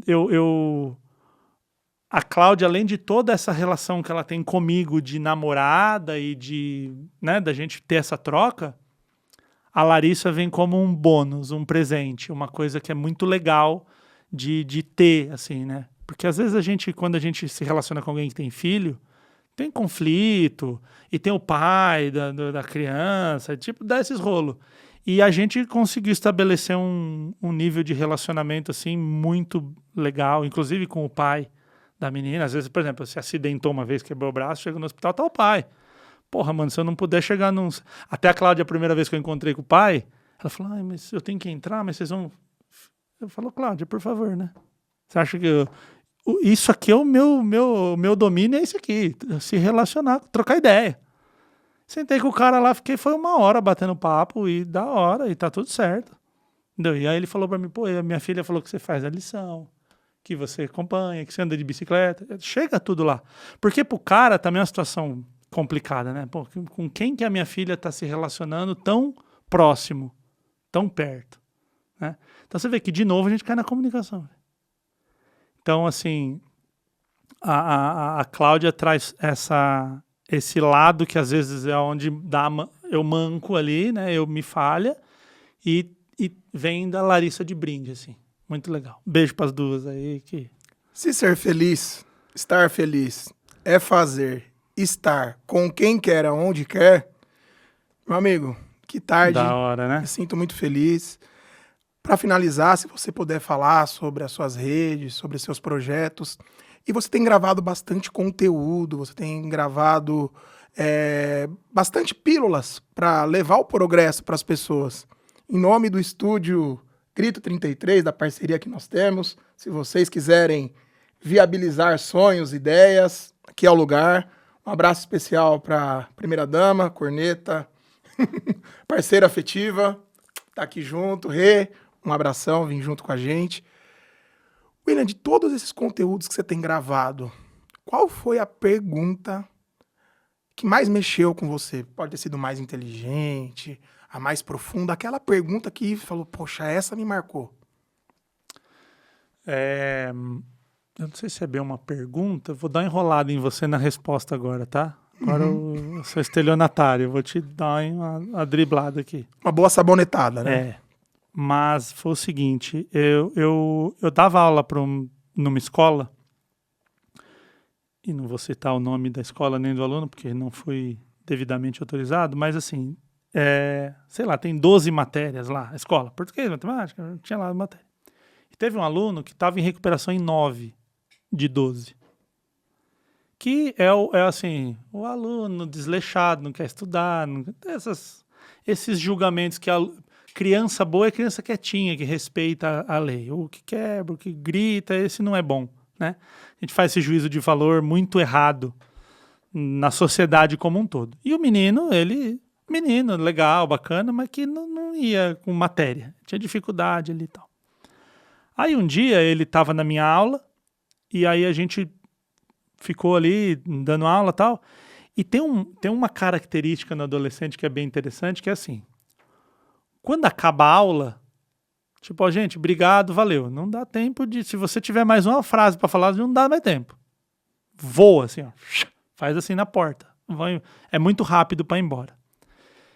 Quando o aluno quer falar comigo, ele abre a mochila muito devagar, ele pega um lápis e põe, para esperar todo mundo ir embora. Entendeu? Então eu já me ligo que tem um ali querendo falar comigo. Aí eu vou lá, pego a minha mochila, ponho um lápis muito devagar, vou tirando o cabo ali muito devagar, porque eu já entendi, né? Que é uma comunicação, né? Tornou comum. Isso. É uma comunicação. Ele tá querendo me dizer uma coisa e ele fala, professor, quer falar com você e tal. Porque muitas vezes é tímido e tal, mas ele fica ali e faz... Aí sai todo mundo. Aí eu já, e aí, tudo bem? Gostou da aula? Como é que foi e tal? E aí, como é que andam as coisas? Eu vou ali, dando espaço.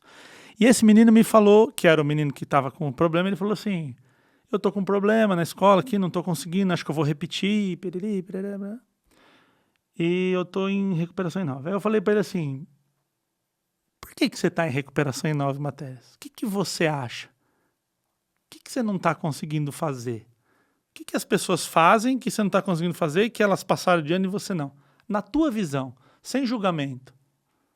E tipo, isso aqui, cara, é um colo, é um ouvido, você é burro, você não passa nada. Não, esquece matéria, isso é bobeira. Isso aí não é passa depois. Vamos falar de você. O que você acha? Esse moleque deu uma pedrada em mim, velho, que eu não esperava, assim. Ele falou, eu não consigo fazer porque eu tenho vergonha de perguntar na aula. Eu tenho vergonha de falar assim, não entendi, me explica de novo e tal. Então a vergonha de perguntar fazia ele não entender e na hora da prova ele ia mal. Uma obviedade sem tamanho. Aí o que eu fiz? Eu fui na coordenação da escola e disse assim, a gente tem 2 caminhos para esse menino. Tá sabendo do menino que tá reprovando aí e tal? Estamos sabendo. A gente tem 2 caminhos. Ou a gente joga na fogueira, burro, incompetente, reprova, porque você é um incompetente. É um caminho, que é normalmente que as escolas vão preferir, né? Porque dá muito trabalho você sentar e ouvir.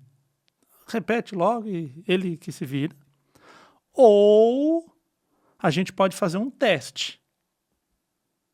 E se o professor, a gente pega 2 matérias, ou 3, ou 1, e o professor senta com ele e tira dúvidas.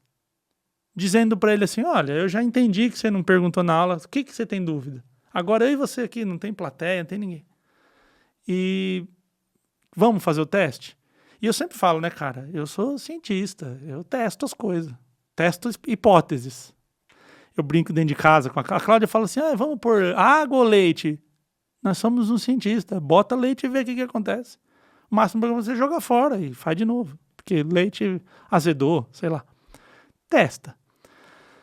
Aí a escola foi muito bacana nisso e disponibilizou o professor para tirar 1 hora de dúvida, assim, sentar com ele e falar, vamos lá, qual que é a sua dúvida aqui? Não consigo achar o X da fórmula.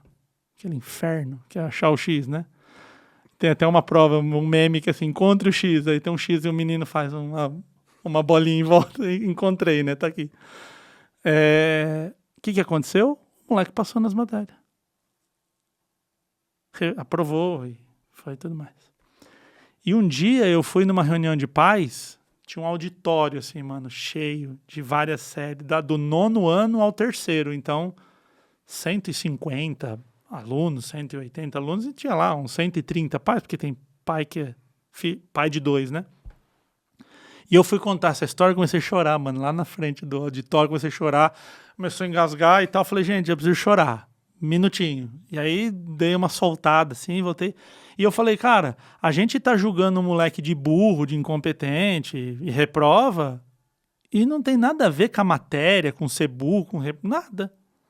Tem a ver com alguém sentou e deu atenção. E aí que eu tenho... Na questão de ensino com os professores, eu tenho uma relação de amor e ódio. Tem os professores que entram lá que amam e tem os professores que odeiam. Porque tem professor que acha que isso não é trabalho dele, que não é meu trabalho. O aluno não quer estudar, é meu trabalho? É. Na minha visão, é. Na minha visão, você tem que aguçar a curiosidade do ensino. Agora, se a gente achar que igual a 40 anos atrás, 30 anos atrás, que a gente vai ficar decorando fórmula e os alunos, sim, senhor, vamos... A gente fazia isso porque não tinha outra saída, né? Agora o moleque com o celular no bolso, velho, com todas as informações, com tudo na vida, decorar a capital dos estados é meio bobo. Tem coisa mais legal e mais importante para esse aluno. E aí esse aluno foi aprovado. Então, como eu te disse, eu ia te enrolar, né? Espero ter conseguido bem, mas assim, não foi uma pergunta, mas foi um questionamento de tipo, eu não consigo porque eu tenho vergonha de perguntar. Isso tem vínculo com o seu propósito em ajudar as pessoas a se expressarem? Total, né, cara? Porque eu falei pra ele, tipo, se você... E aí, até foi uma coisa legal. Ele fazia a minha aula, e a minha aula tem a dinâmica de ir lá na frente e fazer uma apresentação de um tema. Então, cada aula é um tema. Então, tem a primeira aula, eu peço pro aluno assim, conta uma história da... Você foi viajar? Conta aí.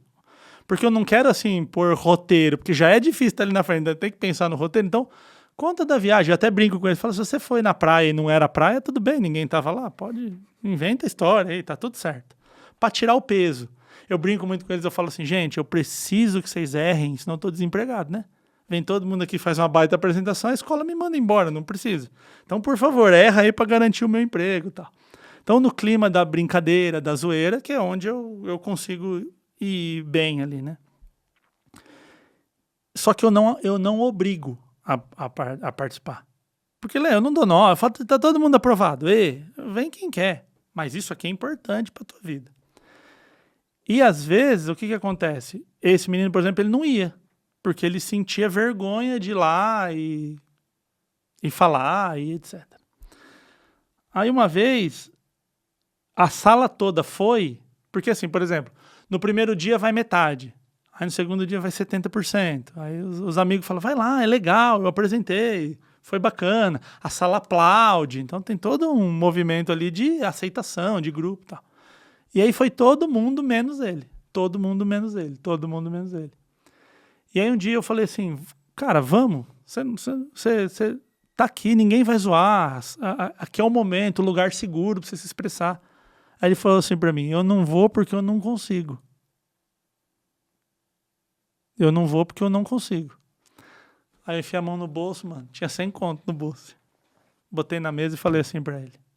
Se você não conseguir, esse 100 conto é seu. Veja bem, se você levantar da tua cadeira, vier aqui na frente e falar assim, não consigo, pode pegar os 100 reais, é teu. Eu tô apostando em você. Eu tenho certeza que você consegue. Aí o moleque foi lá e aí começou a falar e assim, era mais fácil pegar os 100 conto, né? Mas pegar os 100 conto era assinar que não sabe. Então ali, mano, eu devo ter o neurônio dele feito assim, torceu o neurônio, né, velho? E ele foi e apresentou.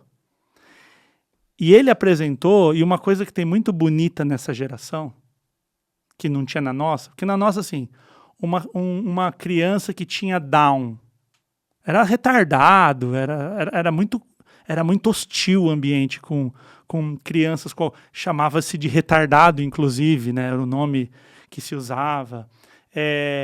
Uma criança...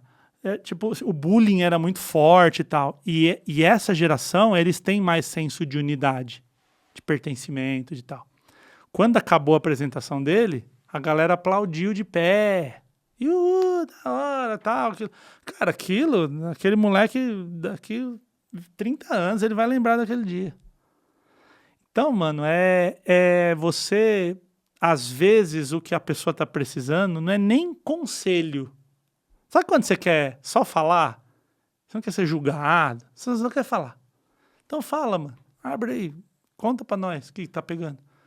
Então, às vezes é escutar. Então, fico com essa coisa de não consigo falar porque tenho vergonha de perguntar, não consigo. Consegue. Você pode não querer. Se você não quiser, eu não vou te obrigar. Mas você conseguir faz parte do meu trabalho. Se você falar bem que não consegue depois de eu ter te ensinado, aí eu sou incompetente. Então eu penso que o professor tem que comprar essa responsa. E não assim, eu chego lá e dou a matéria da cartilha e quem fez, fez, quem não fez, acabou. Sabe?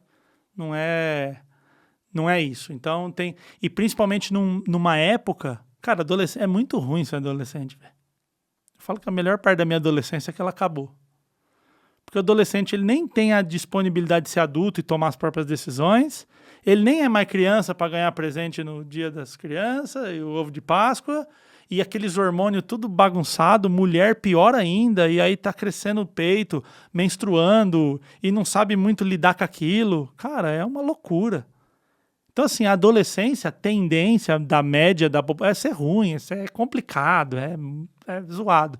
E aí vem um professor que é uma referência, é alguém que tá ali para... E o professor pratica bullying às vezes, o professor ofende, abusa mentalmente ali do aluno. Então, cara, é bem difícil. Então, quando um ser humano se dispõe a ser professor de criança e adolescente, ele tem que ter essa... Ou então, você não quer... Vai ser professor de faculdade. Lida com adultos, que é outra relação. Mas para lidar com adolescente tem que ter essa... Eu até esses dias falei vocação, e aí começaram a falar assim, mas não é padre para ter vocação.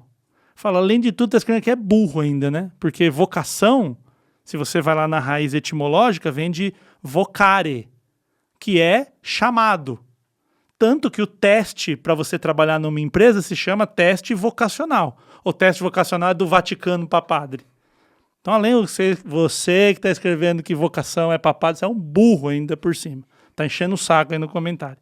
Então, assim, é diferente de sacerdócio, de fazer voluntário. Isso é outra coisa. O professor tem que ganhar muito bem, mas existe a vocação para ser professor. Tem que sentir o chamado mesmo. Falar, se você fosse usar de forma prática, pra gente finalizar. Já era pra finalizar, eu enrolei, em uma frase, qual é o seu chamado? O meu chamado é colocar o cérebro das pessoas no viva voz. Uau. Esse é meu chamado. Curtiu, meu amigo? Foi legal? Muito bom, incrível. E o dia que não tiver mais ninguém melhor, me chama que eu venho de volta. Sempre tô aqui, mandar um salve pra plateia ali, pro nosso diretor que já tá... Quanto tempo tá aí, diretor? 2 horas? O cara tá já falando, pô, mano, os caras estão enrolando aí, eu tô aqui, obrigado. Tem um pão de queijo ali embaixo, pãozinho. Já comi, já. A Silvia já ofereceu um pão de queijo pra nós. Salve pra Silvia do pão de queijo. Empresas, projetos, redes sociais, agora é a hora do pagar boleto. Muito bom. Qualquer rede social aí que você tiver, eu tô lá. Então, Instagram, LinkedIn, tá fazendo umas Facebook, dancinhas lá no TikTok com os TikTok, não, é ridículo, né? Imagina eu dançando. Eu dançando ia dar muito view, porque é tão ridículo que fica até, vira um meme, né? Então, esses tempos eu fiz aquela do... Tem umas minas aqui, aí vai colocando assim, né, nutricionista, e aí eu falei assim, você não precisa, aí quando eu fazia assim, a letra aparecia aqui, tá ligado?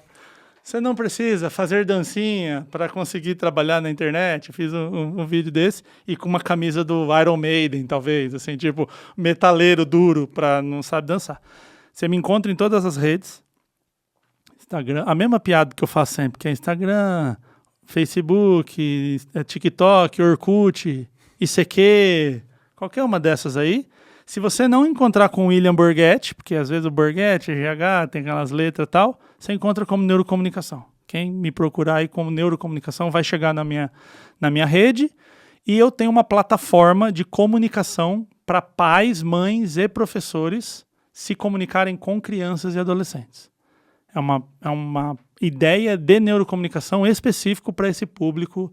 E aí lá eu explico que o adolescente tem dificuldade de tomada de decisão, essa coisa do córtex, essa formação, essa necessidade de pertencimento ao grupo, de que o pai e a mãe falar A e os amigos falarem B, B é mais valioso pro adolescente.